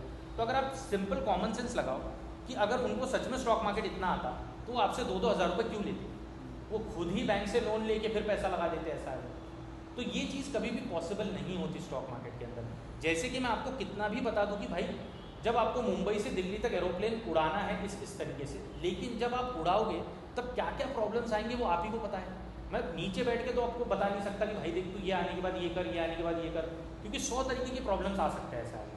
तो इसके वजह से कभी भी पॉसिबल नहीं हो पाता कि स्टॉक मार्केट के अंदर भी आप ऑल या टिप के चक्करों में आप पैसा कमा पाओ। आप कितने स्टोरीज आप न्यूज़पेपर में देखते होंगे, आप यूट्यूब पे अगर सर्च करोगे स्टॉक मार्केट स्कैम तो आप देखते होंगे। खुदा ना खास्ता ऐसा हुआ ना हो किसी के साथ, लेकिन किसी के रिश्तेदारों के साथ ऐसा हुआ होगा। हाँ, तो क्या होता है कि 100 मतलब 50-50 लाख रुपए चले जाते हैं। और क्यों जाते हैं पता है क्या? कि इंसान को लालच होता है, आज मुझे पैसे कमाने हैं, ऐसा है आज के आज में ही मुझे पैसे कमाने हैं। यहाँ पर क्या दिखता है कि भाई मैंने पैसे डाले तो मैंने कमा लिए, ऐसा है वो एकदम सिंपल सी चीज़ है। और स्टॉक मार्केट के अंदर क्या होगा, या तो मार्केट ऊपर जाएगा नीचे जाएगा, उससे ज़्यादा क्या होगा, उससे ज़्यादा और कुछ नहीं होगा। और तो कोई चीज़ नहीं ना कि आड़ा चला जाएगा, ज़मीन में घुस जाएगा, ऐसा तो कुछ नहीं होता। दो ही चीज़ें होती है, या तो ऊपर जाता है नीचे जाता है। तो अगर आप एक छोटे बच्चे को भी बुला दो या किसी बंदर को भी आप कर दो कि उसको बोलो भाई तू ये बटन दबा दे, तो बटन दबा देगा और उसने पैसे कमा लिए, तो वो खुद को विद्वान समझने लग जाता है। ऐसा उसको लगता है कि भाई मैंने पैसे कमा लिए, अब तो मुझे आने लग गया। तो यही जो अपने बंदर का जो दिमाग होता है अपने अंदर का, वो एक्टिवेट हो जाता है जब अपन स्टॉक मार्केट के अंदर आते हैं। और इसमें क्या होता है कि आप कोई भी और प्रोफेशन पकड़ लो, कोई भी बिजनेस पकड़ लो, उसके अंदर आपको बेसिक नॉलेज चाहिए होता है। जैसे कि डॉक्टर बनना है तो डिग्री लेनी पड़ती है, और कोई भी चीज़ करनी है, टीचर बनना है डिग्री लेनी पड़ती है, इंजीनियर बनना है डिग्री लेनी पड़ती है, MBA की आपको डिग्री लेनी पड़ती है, एरोप्लेन चलाना है पायलट का कोर्स होता है 4 साल का। स्टॉक मार्केट के अंदर क्या होता है ना कि अब इसका नेचर ही ऐसा है कि ये अकेली चीज़ है कि जिसके अंदर कोई एंट्री बैरियर नहीं है। एंट्री बैरियर मतलब कोई भी अनपढ़ इंसान, कोई भी किसी भी तरीके का इंसान इसके अंदर आ सकता है। और यही सबसे अच्छी बात भी है और यही सबसे ख़राब बात भी है। दोनों चीज़ें हैं इसके बारे में। सबसे ख़राब बात क्यों है कि भाई इंसान के अंदर लालच जग जाता है। डेली अपन क्या करते हैं, सुबह से शाम तक काम करते हैं, 9 से 5 तक काम करते हैं। 9 से 5 तो बोलने की बात होती है, 10 बजे तक अपन काम करते हैं, ऐसा है वो। परेशान हो जाते हैं, बॉस की गालियाँ सुननी पड़ती है, इंक्रीमेंट मिलता नहीं है, कुछ होता नहीं है। ज़िंदगी में इंसान फ्रस्ट्रेटेड होता है। जो भी मिडिल क्लास इंसान होता है ना, वो हमेशा ज़िंदगी में फ्रस्ट्रेटेड होता है। और उसी फ्रस्ट्रेशन का फ़ायदा जो है ना, वो ये लोग उठाते हैं कि मान लो जो आपको ब्लफ करते हैं कि सर आप स्टॉक मार्केट के अंदर इन्वेस्ट करते हो, मैं आपको 100% रिटर्न दे दूंगा, 500% रिटर्न दे दूंगा। ये जो स्कैम चलते हैं ना इस तरीके के, वो इस बेसिस के ऊपर चलते हैं कि वो अपनी मजबूरी का जो है ना वो फ़ायदा उठाते हैं और आपको बताते हैं कि यार आप अमीर बन सकते हो। हर एक इंसान को ज़िंदगी में अमीर बनना होता है। इसके चक्कर में वो लालच के अंदर फंस जाता है और उसको लगता है कि भाई ये तो एक बटन ही दबाना है ना। आप खुद भी जाकर अगर बटन दबा दोगे ना तो आप कल पैसे कमा लोगे, ऐसा है। क्योंकि दो ही चीज़ें हो सकती हैं, या तो आप हार सकते हो या जीत सकते हो, ऐसा है। लेकिन आप 1 दिन कमाओगे, 2 दिन कमाओगे, 3 दिन कमाओगे, उसके बाद क्या होगा, चौथे दिन आप इतना गवा दोगे जितना आपने 3 दिन में कमाया नहीं था, और जितना आपके सेविंग्स अकाउंट में था वो भी चला जाएगा। और स्टॉक मार्केट के अंदर ट्रेडिंग जो होता है ना, वो इतनी बड़ी लत है ना कि आप उसको ड्रग्स से भी कंपेयर नहीं कर सकते हो। ड्रग्स भी बहुत छोटी चीज़ है। अल्कोहल, सिगरेट, कोई भी जो चीज़ होती है ना, बहुत छोटी चीज़ होती है। अगर आप इसको 1 महीना 2 महीना कर लोगे ना तो आप निकल ही नहीं पाओगे इसमें से बाहर। कितने सारे लोग आप देखते होंगे कि जो इसमें से निकल ही नहीं पाएंगे बाहर। उनको ये भी कभी ज़िंदगी में पता नहीं चलता 5-10 साल तक कि भाई इसको भी सीखना पड़ता है। क्योंकि आजू बाजू में बस वो यही सुनते हैं कि भाई जैसे पान टपरी पे आप चले जाओ, लोग बोलते हैं भाई आज तो मार्केट बढ़ गया, आज तो गिर गया, ये हो गया, वो हो गया, ये न्यूज़ आ गई, वो न्यूज़ आ गई। लेकिन मैंने आपको बेसिक कंसेप्ट क्या बताई, अपन कितना भी बैठ के ख्याली पुलाव बनाते रहे, उससे कोई फ़ायदा नहीं है। जब प्राइस बढ़ेगी और बढ़ने के पहले जब मैं घुसा होगा उसके अंदर, तब जाके मेरा फ़ायदा होगा। मैं आपको अगर कितना भी बता दूं कि मैं इंटेलिजेंट हूँ, मुझे ये न्यूज़ पता चल गई, वो पता चल गई, उससे कोई फ़ायदा नहीं होने वाला है। मैं आपका वैलिडेशन ले लूँगा, आप मुझे बोलोगे भाई ये तो बहुत इंटेलिजेंट इंसान है, लेकिन ना मैंने पैसे कमाए ना आपने कमाए। स्टॉक मार्केट के अंदर अपन आए पैसे कमाने के लिए। एक दूसरे को अपने को जताना नहीं है कि मैं इतना इंटेलिजेंट हूँ और तू इतना इंटेलिजेंट है, ऐसा है। इससे कोई फ़ायदा नहीं होता है, बेवकूफ़ लोग करते थे। तो होता क्या है कि कोई एंट्री बैरियर नहीं होता, इंसान आ जाता है इसके अंदर। और प्रॉब्लम सबसे बड़ा क्या होता है ना कि जैसे कि मैंने बताया आपको, 2 ही चीज़ें हो सकती है, या तो ऊपर जा सकता है मार्केट, नीचे जा सकता है, या तो आपका प्रॉफिट हो सकता है या लॉस हो सकता है। जैसे आप किसी कसिनो में चले जाओ, वहाँ पर मज़ा क्यों आता है इतना ज़्यादा, पता है क्या?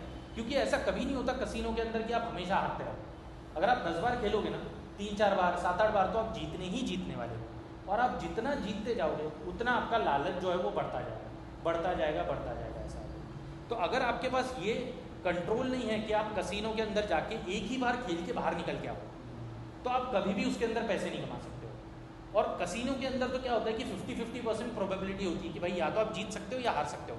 इसके अंदर तो क्या होता है, जनरली जब आपके अंदर नॉलेज आ जाता है, मान लो आपने 2 साल पढ़ाई कर ली, 3 साल पढ़ाई कर ली इसकी शांति से, और आपने इसको क्या किया, इंजीनियरिंग की तरह लिया, MBA की तरह लिया, कि इंजीनियरिंग का जब आप कोर्स करते हो तो पहले दिन के ऊपर जाके आप थोड़ी बोलते हो कि भाई मुझे तो सैलरी चाहिए आज से आज। आप पहले पैसे देते हो, सीखने के एटीट्यूड से आप जाते हो। MBA करने जाते हो तो आप सीखने के एटीट्यूड से जाते हो, और इसमें वो हो नहीं पाता क्योंकि आपसे कोई डिग्री का सर्टिफिकेट नहीं मांग रहा है। जब आप जॉब करने जाओगे ना, आपको इंजीनियरिंग, MBA, कोई और डिग्री, CA, कोई भी तरीके का डिग्री का सर्टिफिकेट मांगा जाएगा, इसलिए आपको ज़बरदस्ती वो करना पड़ता है। यहाँ पर आपसे कोई मांग नहीं रहा, तो इसके चक्कर में अपन क्या करते हैं ना, अपन इसको कभी सीरियसली लेते ही नहीं है और इसको जुए की तरह कन्वर्ट करते जाते हैं। क्योंकि हर एक इंसान को अमीर बनना है, हर एक इंसान के अंदर लालच होता है, और अगर अपने अंदर अनुशासन नहीं है, डिसिप्लिन नहीं है, और अगर अपन इसको उस तरीके से नहीं देख पा रहे हैं कि ये भी एक बिजनेस है भाई, मतलब आता है इसके अंदर एक डिसिप्लिन है, एक बिजनेस है, एक कैपिटल में आराम से लगा सकता हूँ इसके अंदर। ऐसा नहीं कि मान लो मेरे पास 10 लाख रुपए तो पूरे के पूरे एक साथ लगा दिए, ऐसा है वो। क्योंकि अगर मैंने सारे ही पैसे एक साथ लगा दिए, मान लो मैं कसिनो में चला गया 10 लाख रुपए लेके, 10 लाख मैंने पहले ही इसमें लगा दिए और मैं हार गया तो उसके बाद तो मैं कुछ भी नहीं कर सकता हूँ, फिर तो मुझे लौट के जाना पड़ेगा। लेकिन कसिनो में अगर मैं जाता हूँ 10 लाख रुपए लेके, 1 लाख पहले लगाता हूँ, फिर उसके ऊपर अगर मैं जीतता हूँ हारता हूँ तो डिपेंड करता है कि भाई अगर हार भी गया तो 9 लाख रुपए मेरे पास बचेंगे। तो ये बेसिक कंसेप्ट होती है स्टॉक मार्केट के अंदर, ये सारी चीज़ें मैटर करती है उसके अंदर। अगर आप इसको बिजनेस की तरह देखना चाहते हो, अगर आप इसको सीखना चाहते हो, जैसे कि मैंने आपको ये स्टडी बताई, उसी तरीके से अगर अपन और डेप्थ में चलते जाए तो और ज़्यादा गहराई में अपन इसके अंदर जाते हैं। जब 2 साल हो जाता है तो उसके बाद इसके अंदर जो है ना पैसे कमाना स्टार्ट होता है। क्योंकि आप कोई भी बिजनेस ले लो, स्टॉक मार्केट ही छोड़ दो, आप अगर कोई रेस्टोरेंट खोलना चाहते हो, कोई और तरीके की कंपनी लगाना चाहते हो, तो क्या पहले दिन से आपको उसके अंदर पैसे मिलते हैं? कभी नहीं मिलते पैसे। लेकिन इसमें क्या होता है ना, आपको पैसा दिख जाता है पहले दिन के ऊपर। आप जब बटन क्लिक करते हो ना, मान लो कोई ट्रेड ले लेते हो, तो आपको प्रॉफिट दिखता है। उससे क्या होता है ना, लालच जो है अपने अंदर को वो एक्टिवेट हो जाता है एकदम से। ऐसा लालच एक्टिवेट होता है तो अपन उसी सर्कल के अंदर फंस जाते हैं। लेकिन रेस्टोरेंट अगर लगाना है तो अपन पहले दिन पे किसी हालत में प्रॉफिट मिल ही नहीं सकता उसके अंदर, अपने को किसी भी हालत में नहीं मिल सकता। तो उसमें आप क्या करते हो भाई, आप पहले बिल्डिंग खड़ी करते हो, कंस्ट्रक्शन करते हो, आप शेफ़ जो होते हैं उनको हायर करते हो, आप रॉ मटेरियल लाते हो अपना जो खाने के लिए लगेगा उसको, उसके बाद आप क्या करते हो, मार्केटिंग करते हो। तो 2-3 साल आपके इसके अंदर चले जाते हैं।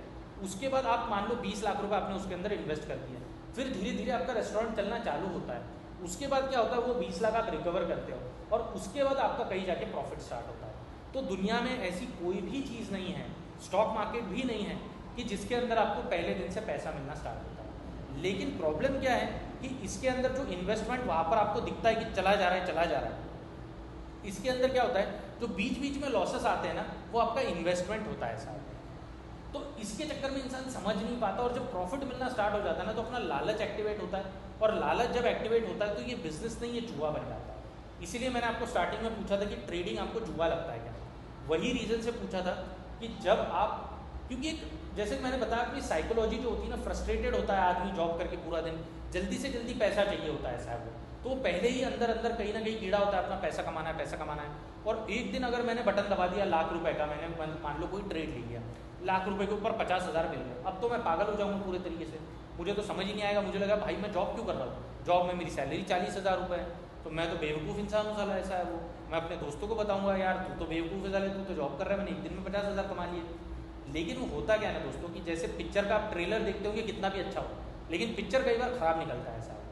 और हमारी क्या आदत होती है ना, कि लालच के प्रति हम बहुत ज़्यादा जल्दी एक्टिवेट हो जाते हैं और जल्दी अट्रैक्ट हो जाता है साहब। तो अगर अपने पास एक फोरकास्टिंग पावर है कि भाई मुझे एक दिन पैसा नहीं कमाना है, मुझे 10 साल पैसा कमाना है, 15 साल पैसा कमाना है, क्या मैं डेली 50,000 कमा पाऊँगा बिना पढ़ाई किए, बिना कुछ किए? वो इम्पॉसिबल चीज़ है। इसके वजह से क्या होता है ना, ये स्टॉक मार्केट की बहुत अच्छी चीज़ भी है और बहुत बुरी चीज़ भी है, कि यहाँ पर अपने आप को खुद को अनुशासन में लाना पड़ता है। एक किसी भी प्रकार के प्राणी के अंदर और इंसान के अंदर जो है ना, एक ही फ़र्क होता है कि प्राणियों को, जो डॉग और कैट्स आप देखते होंगे ना, उनको कंट्रोल करना पड़ता है, वो खुद को कंट्रोल नहीं कर सकते। इंसान जो है वो खुद को कंट्रोल करना चाहता है, और कंट्रोल करना डिफिकल्ट होता है, लेकिन कंट्रोल वो कर सकता है ऐसा। तो यही चीज़ सबसे ज़्यादा डिफिकल्ट होती है स्टॉक मार्केट के अंदर, कि अपन कंट्रोल नहीं रख पाते खुद के अंदर। स्टॉक मार्केट के अंदर कोई रॉकेट साइंस नहीं है, ये इतनी सिंपल चीज़ है ना, लेकिन ये ईजी नहीं है। क्योंकि इसके अंदर क्या होता है ना, अपने अंदर का जो जानवर है वो बाहर आ जाता है। जो जानवर जिसके अंदर लालच है, गुस्सा है, जिसके अंदर बहुत सारी और चीज़ें, ईगो है, एटीट्यूड है, वो सारी चीज़ें बाहर आ जाती हैं। अगर अपन इसको अनुशासन से, डिसिप्लिन से, पढ़ाई से, एक प्रॉपर रिस्क मैनेजमेंट से, मनी मैनेजमेंट से, और सारी साइकोलॉजी को समझ के, क्योंकि स्टॉक मार्केट के अंदर जो माइंडसेट लगता है, वो माइंडसेट और जो ज़िंदगी के अंदर आप अप्लाई करते हो किसी भी बिजनेस के अंदर, जॉब के अंदर, वो पूरे तरीके से अपोजिट होता है। और वही चीज़ अपन समझ नहीं पाते सालों साल तक। बहुत सारे लोग आप देखते होंगे ना जो फ्रस्ट्रेटेड होंगे, 4 साल हो गए, 10 साल हो गए, वो बेचारे ये लोग समझ ही नहीं पाते कि भाई जो स्टॉक मार्केट के अंदर माइंडसेट होता है और जो यहाँ पर माइंडसेट होता है वो बहुत अलग होता है ऐसा। तो ये जो सारी चीज़ें है ना, तो ये सारी चीज़ें अपन थोड़ा सा कवर करेंगे। ये जो रहेगा ना, अपन ये कोर्स डिज़ाइन करेंगे ऐसा है, इसके अंदर आपको रिकॉर्डेड कंटेंट मिलेगा। और जैसे कि मैंने आपको पूरा बेसिक समझाया, पूरा जो टेक्निकल एनालिसिस होता है वहाँ से लेकर किस तरीके से डेली टाइम फ्रेम के ऊपर अपन एनालाइज करते हैं, फ्यूचर्स एंड ऑप्शंस क्या होते हैं, उसके क्या इंट्रिकेसीज होते हैं। फ्यूचर्स एंड ऑप्शंस का आपने नाम शायद सुना होगा ऐसा है वो, तो क्यों वो उनको डेरिवेटिव्स बोला जाता है, उसका क्या फ़ायदा होता है, कितने रिस्क एंड रिवॉर्ड होता है उसके अंदर। फिर उसके बाद कैंडल स्टिक्स के जो अलग अलग टाइप के पैटर्न्स होते हैं वो अपन देखेंगे उसके अंदर। उसके बाद जो सपोर्ट एंड रेजिस्टेंस मैंने ड्रॉ किया था वो भी अपन देखेंगे। जो मैंने लाइन ड्रॉ की थी ना, नीचे और ऊपर ड्रॉ की थी, उसको सपोर्ट एंड रेजिस्टेंस बोला जाता है। टेक्निकल भाषा यूज़ की जाती है यहाँ पर ऐसा है। उसके बाद फ्यूचर्स एंड ऑप्शंस के बेसिक कंसेप्ट्स होते हैं। उसके बाद अगर अपन और आगे चले तो एक डाओ जोन्स बोल के एक इंसान था जिसने एक थ्योरी बनाई थी, अपन उसको स्टडी करेंगे। उसके बाद मार्केट के 2 ही फेजेस होते हैं। मार्केट या तो ट्रेंडिंग होता है या कंसोलिडेशन में चलता है। कंसोलिडेशन मतलब क्या, वो ऐसे ऊपर नीचे करता रहेगा, जैसे कि मैंने आपको बताया इसके अंदर। अब जैसे अगर आप देखो तो यहाँ पर जो था ना, ये जो है ये पूरा कंसोलिडेशन का फेज है। आप देखो यहाँ पर मार्केट ऊपर नीचे कर रहा है पूरे तरीके से, ठीक है। लेकिन यहाँ पर अगर आप देखो तो यहाँ पर आप देखो एक लाइन के अंदर मार्केट नीचे आ रहा है, तो ये हो गया एक्सपांशन का फेज। इसका मतलब क्या है कि मार्केट एक ट्रेंड के अंदर चल रहा है। अब यहाँ पर आप कितना भी कोशिश करो पैसे कमाने की इतने रेंज के अंदर, तो आप पैसे नहीं कमा पाओगे, बहुत डिफिकल्ट हो जाएगा यहाँ पर पैसे कमाना। क्योंकि आप कहाँ पर यहाँ पर स्टॉप लॉस लगाओगे, क्या करोगे, प्राइस ऊपर जाएगी तब जाके आप पैसे कमाओगे अगर आपने बाई किया है, तो प्राइस नीचे जाएगी तब जाके आप पैसे कमाओगे अगर आप सेल किया है। तो अगर आपको ये बेसिक चीज़ समझ में आ जाएगी कि कब मार्केट कंसोलिडेट कर सकता है, कंसोलिडेशन मतलब ये चीज़, कब मार्केट एक्सपांड कर सकता है, एक लाइन के अंदर कब जा सकता है, अगर ये बेसिक चीज़ आपको समझ में आ गई तो जाके अपन पैसा कमा सकते हैं। प्रॉब्लम क्या होता है, लोग जो है ना जो बहुत बड़ा नुकसान कर देते हैं, वो इसके अंदर अपना पूरा पैसा गवा देते हैं, ये पूरी चीज़ के अंदर पूरा पैसा गवा देते हैं और उनके पास पैसा और कॉन्फिडेंस दोनों बचते ही नहीं है यहाँ पर ट्रेड करने के लिए। तो ये बेसिक समझ है स्टॉक मार्केट की कि भाई यहाँ पर पैसे नहीं लगाने होते इतने एरिया के अंदर और यहाँ पर पैसे लगाने होते हैं। लेकिन ये कैसे समझ में आएगा, वो पूरे इन डेप्थ की स्टडी है, वो थोड़ा 1 घंटे या 2 घंटे के अंदर बताना बहुत डिफिकल्ट चीज़ है। इसको कम से कम 1 महीने का कोर्स लगेगा, बहुत सारे वीडियोज़ लगेंगे, डेप्थ के अंदर एक एक चीज़ मुझे आपको समझानी है। उसके बाद क्या होता है कि मेरा जो स्पेशलाइजेशन है या जो नीश है जो मेरा जिसके अंदर मैं काम करता हूँ, वो निफ्टी जो मैंने आपको बताया निफ्टी एंड वैसा ही एक इंडेक्स है बैंक निफ्टी बोल के, उसके अंदर मैं काम करता हूँ। ऑप्शंस ट्रेडिंग मैं करता हूँ, ऑप्शन बाइंग करता हूँ उसके अंदर। तो वो मेरा नीश है, उसके मैंने खुद सेटअप डेवलप किया है। ऐसा नहीं है कि मैं कोई किताब पढ़ के आया हूँ या कहीं से मैंने कुछ देख लिया है, किसी का कोर्स करके आया हो, कुछ करके आया हो। 6 घंटे मार्केट खुला होता है, पिछले 5 साल से मैं डेली सुबह से लेकर शाम तक, मतलब दोपहर तक, जब तक मार्केट खुला होता है, मैं खुद ऑब्जर्व कर रहा हूँ मार्केट को ऐसा है। और खुद मैंने अपने सेटअप कुछ बनाए, तो वो मैं आपके साथ शेयर करूँगा कि भाई इस तरीके से ये सेटअप काम करता है। उसके बाद और सारे जो सबसे इम्पॉर्टेंट चीज़ है, जैसे कि मैंने आपको बताया कि मैं कितना भी आपको टेक्निकल एनालिसिस आपको बता दूँ, वो सिर्फ 30 या 40% उसका पार्ट है, 50% आप पकड़ लो, बाकी बचा हुआ 50% सिर्फ ये है कि आपका ह्यूमन बिहेवियर किस तरीके से बीच में आ रहा है। मान लो कोई अगर इंसान है जिसको बहुत ज़्यादा गुस्सा आता है, जिसको बहुत ज़्यादा ईगो है, जो बहुत ज़्यादा अड़ियल किस्म का इंसान है। आप कुछ अड़ियल किस्म के इंसान देखते होंगे कि जो अपने बात से पलटते ही नहीं होंगे किसी भी तरीके से, वो बोलते होंगे नहीं भाई ये करना है तो यही करना है, वो अपने बात को ईगो पे लेके बैठ जाते होंगे ऐसा है। तो उस टाइप के जो इंसान होते हैं, या फिर जो बहुत ज़्यादा मतलब इमोशनली ऊपर नीचे हो जाते हैं, मान लो कोई भी चीज़ हो गई तो बहुत ज़्यादा दुखी हो जाते हैं, कोई बड़ी छोटी सी चीज़ होगी बहुत ज़्यादा खुश हो जाते हैं, ऐसे कुछ आप लोग देखते होंगे, आप बोलते होंगे यार इसका कैसे बच्चे जैसा एटीट्यूड है। तो वो जो लोग हैं ना दोस्तों, वो बहुत ज़्यादा स्टॉक मार्केट हानिकारक है उनके लिए। वो लोग कभी भी स्टॉक मार्केट के अंदर सक्सेसफुल नहीं हो पाएंगे। मैं उनको 10 साल भी ये चीज़ सिखाता रहूँ या कुछ भी करता रहूँ, ये जो बेसिक ह्यूमन ट्रेड्स होते हैं जो अपने को एक इंसान बनाते हैं, जैसे कि भगवत गीता के अंदर आपने देखा होगा कि भाई काम, क्रोध, लोभ, मोह, मत्स्य, ये बहुत सारी चीज़ें होती हैं जो इंसान के अंदर नहीं होनी चाहिए और वो उसको एक प्योर इंसान बनाती है। तो जब ये चीज़ें आपके अंदर आ जाएगी ना, तभी जाकर अपन एक स्टॉक मार्केट के अंदर सक्सेसफुल बन पाएंगे। आप कोई भी इंसान अगर आप देखो ना, जो CEO है किसी कंपनी का, उसको क्या होता है ना, ऑर्डर देने की आदत हो जाती है बहुत ज़्यादा, ऑर्डर लेने की आदत नहीं होती उसको कभी भी, तो वो इंसान बुरे तरीके से फेल हो सकता है स्टॉक मार्केट के अंदर। स्टॉक मार्केट के अंदर सक्सेस कौन होता है कि जो बहुत ही सिंपल तरीके का इंसान है, जो अडेप्ट कर पाता है, जो अपने ईगो को बाजू में रखता है, जो अपने लालच को बाजू में रखता है, जो अपने डर को बाजू में रखता है और जो अपने प्राइड को बाजू में रखता है। हर एक चीज़ जो आपको एक इम्प्योर इंसान बनाती है ना, उसको आपको साइड में रखना पड़ेगा। एक जो पूरा प्योर एक इंसान होता है, जैसे कि आरओ फिल्टर में से बिस्लरी का पानी होता है, पूरा प्योर होता है, कोई गंदगी नहीं होती उसके अंदर। तो जब आप एक उस तरीके के इंसान बनोगे ना, तो जाके स्टॉक मार्केट के अंदर सक्सेस मिलता है। भले ही आप कितने भी इगोइस्टिक या गुस्से वाले इंसान देखो जिनका बहुत ज़्यादा बीपी बढ़ जाता है, मैं आपको ये बहुत ज़्यादा आश्वासन दे के बता सकता हूँ कि 10 साल भी वो कुछ करते रहे लेकिन वो स्टॉक मार्केट के अंदर कभी सक्सेस नहीं पा सकते। तो ये बेसिक ट्रेड्स होते हैं जो कि समझने के लिए 10 साल 20 साल चले जाते हैं, किसी किसी की ज़िंदगी चली जाती है साल। तो ये जो है ना, इसके ऊपर अपन इन डेप्थ एनालिसिस करेंगे। जैसे कि ज़िंदगी के अंदर आपको बताया जाता है कि उम्मीद जो होती है वो बहुत ज़्यादा खराब, मतलब बहुत ज़्यादा अच्छी चीज़ होती है, लेकिन स्टॉक मार्केट के अंदर उम्मीद जो होती है, होप जो होता है, उससे भयानक और उससे ख़राब चीज़ कोई भी नहीं है साहब। तो ये जो कंट्रास्टिंग चीज़ें होती है, जैसे आप कभी ऑफिस में जाते होंगे, आपको क्या करना पड़ता होगा, 10 घंटे काम करना पड़ता होगा, तभी जाके आपको सैलरी मिलती है। लेकिन स्टॉक मार्केट के अंदर क्या होता है, उसमें ऐसे लेबर की तरह काम नहीं करना होता, उसमें स्मार्ट काम होता है। आप सिर्फ आते हो, आप बैठते हो, आधा घंटा 1 घंटा काम करते हो और निकल जाते हो साहब, आपका काम हो गया, आप बाहर चले जाते हो। तो इसमें ऐसे गधे की तरह काम नहीं करना पड़ता स्टॉक मार्केट के अंदर। तो क्या होता है ना कि अपन ने जितने भी हैबिट्स डेवलप किए अपने बचपन से लेकर अभी तक, मतलब अगर आप 25-30 साल 40 साल अगर आपकी उम्र है, तो आपने जब से पैदा हुए तब से अब तक आपने कुछ कुछ हैबिट्स डेवलप किए होंगे कि जैसे काम करना पड़ता है तभी पैसा मिलता है, उम्मीद बहुत अच्छी चीज़ होती है, पैसा कभी गंवाना नहीं चाहिए। आप बोलते होंगे, आपको बचपन से सिखाया गया होगा भाई लॉस नहीं करना चाहिए, किसी भी धंधे में लॉस नहीं करना चाहिए। तो यहाँ पर लॉस बहुत अच्छी चीज़ होती है दोस्तों, बहुत बड़ा लॉस ख़राब चीज़ होती है, लेकिन छोटा लॉस जो है ना, वही आपको धीरे धीरे एक ट्रेडर बनाती है। तो ये सारी चीज़ें जो होती है ना दोस्तों, ये इंसान समझ ही नहीं पाता। अगर आप किसी भी इंसान को पूछोगे ना कि जो किताबें पढ़ के आया, वो आपको कभी इतने डेप्थ लेवल तक नहीं समझा पाएगा। लेकिन मैंने जब 5 साल ये किया है, जब मैं एकदम अंदर ही अंदर इवैल्यूएट किया मैंने अपने आप को, और मैंने समझा कि कौन कौन सी चीज़, कौन कौन सी आदतें हैं मेरी जो इसके बीच में आ रही है स्टॉक मार्केट के, उसको मैंने हटाया, मैंने अनलर्न किया उन आदतों को, और फिर उसके बाद मैंने रीलर्न किया उन आदतों को, जो नई आदतें इसके अंदर अपने लिए बेनिफिशियल होती हैं। तो ये बहुत ही ज़्यादा इंपॉर्टेंट चीज़ है दोस्तों।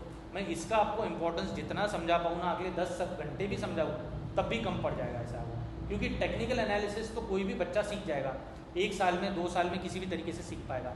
लेकिन अगर आपके अंदर उतना खुद को इवैल्यूएट करने की जो सेल्फ अवेयरनेस नाम की जो चीज़ होती है, वो अगर आपके अंदर नहीं है, तो बहुत ज़्यादा डिफिकल्ट हो जाएगा इस चीज़ को आगे लेके जाना। फिर उसके अंदर आता है डिसिप्लिन, अनुशासन का क्या वैल्यू होता है इसके अंदर, कि भाई फिर मनी मैनेजमेंट किस तरीके से करते हैं। जैसे कि मैंने बताया कि 10 लाख अगर आपके पास है, तो सीधा जाके 10 लाख नहीं लगाते अपन कभी भी, क्योंकि 1 लाख रुपए अपन लगाते हैं, अगर अपन हार गए तब भी 9 लाख रुपए अपने पास बचते हैं लगाने के लिए। तो इसी सारे कोर्स को अपन ने डिज़ाइन करके एक, मान लो एक कोर्स का रिकॉर्डेड वीडियोस अपन ने एक डिज़ाइन किए, कि जो एक बेसिक कोर्स रहेगा जो कि 5000 रहेगा। अब बेसिक कंटेंट के अंदर क्या रहेगा कि जो पहले कॉलम के अंदर जितना भी बेसिक कंटेंट है वो रहेगा, उसके बाद अगर जिसको एडवांस्ड सीखना है तो उसको ये सेकंड कॉलम के अंदर जो कंटेंट अपन ने लिखा है वो भी उसको मिलेगा।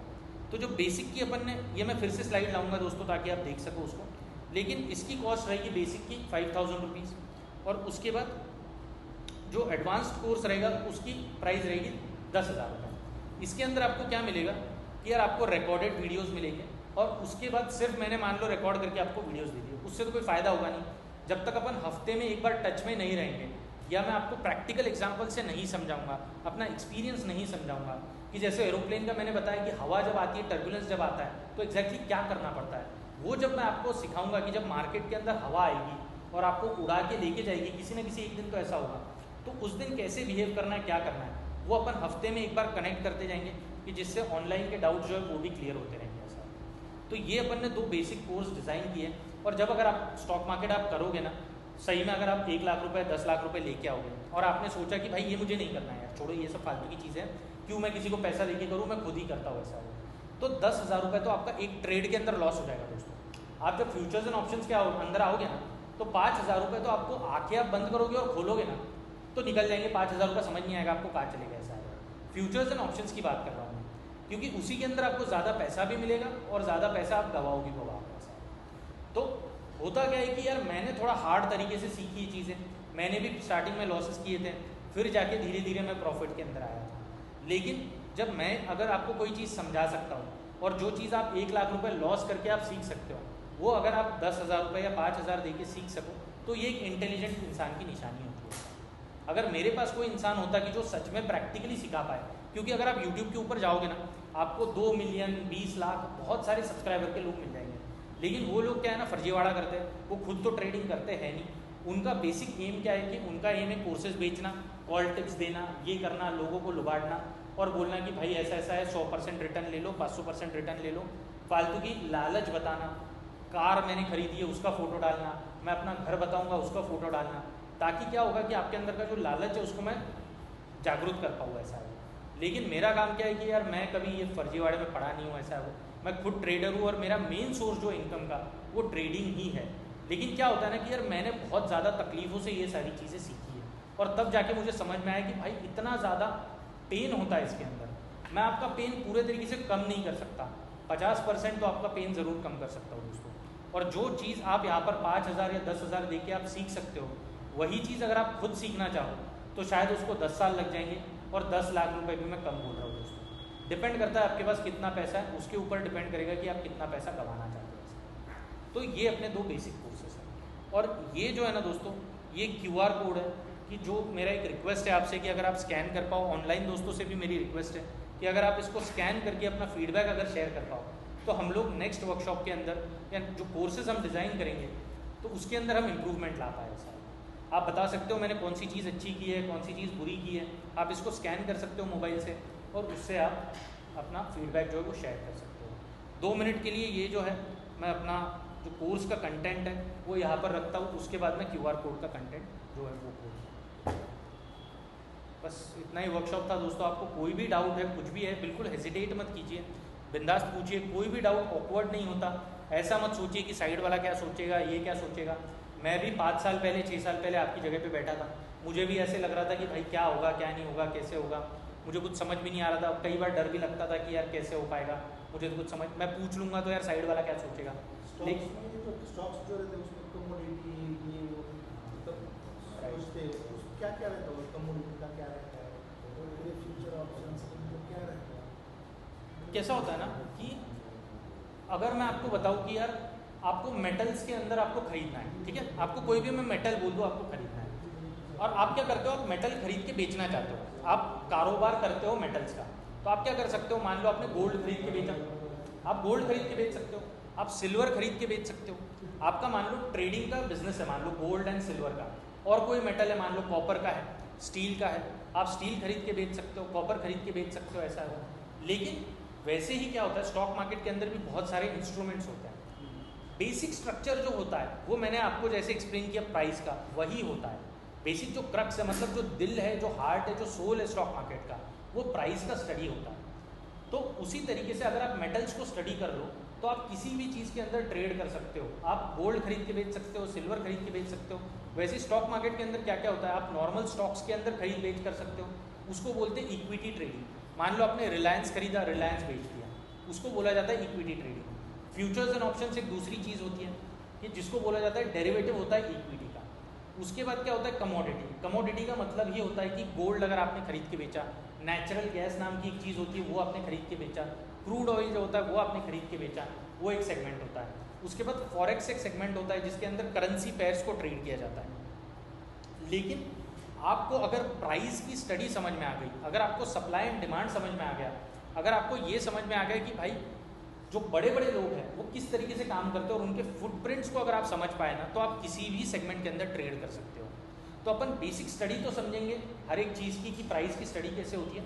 उसके बाद इन डेप्थ में अपन जाएंगे इक्विटी ट्रेडिंग के और फ्यूचर्स एंड ऑप्शंस के ट्रेडिंग के। ये जो कोर्स है उसके अंदर है साथ में। बाकी अगर आपको थोड़ा कमोडिटी के बारे में पूछना है तो वो भी मैं अलग से आपके साथ शेयर कर सकता हूँ, उसके अंदर कोई ये नहीं है। लेकिन क्या होता है ना, आप अगर डॉक्टर को भी देखो तो डॉक्टर हर एक चीज़ का डॉक्टर नहीं होता दोस्तों। या तो वो दिल का डॉक्टर होता है, हड्डियों का डॉक्टर होगा, या ये होगा या वो होगा। वो बोलेगा नहीं भाई मैं सब कुछ करना चाहता हूँ ऐसा, तो वो कुछ भी नहीं कर पाएगा। फिर क्या आप किसी के पास जाओगे जो बोलेगा भाई अगर आपको दिल का ऑपरेशन करना है तो हार्ट स्पेशलिस्ट के पास जाओगे, ऐसा नहीं कि वो बोलेगा भाई मैं सब कुछ करना चाहता हूँ आप मेरी सर्जरी कर दो, ऐसा नहीं होता। तो हमेशा क्या करना होता है ना, एक ही चीज़ को पकड़ के उसके अंदर डेप्थ में जाना होता है। क्योंकि मैंने फिर से बताया, आपको ये नहीं बताना है, आपको एग्जाम नहीं देनी है, PhD नहीं करनी है, आपको पैसे कमाना है। तो आपको क्यों 4-5 चीज़ें करनी है जब आप एक चीज़ करके पैसा कमा सकते हो और गवा सकते हो? थोड़ा तो गवाना ही पड़ेगा दोस्तों, बिना गवाए पैसा मिलेगा नहीं साहब। ये चीज़, तो ये बेसिक कंटेंट है अपने कोर्स का। ये कोर्स जल्दी से जल्दी स्टार्ट हो जाएगा।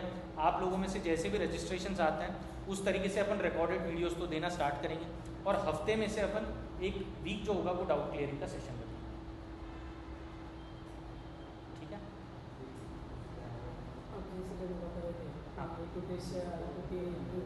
हाँ।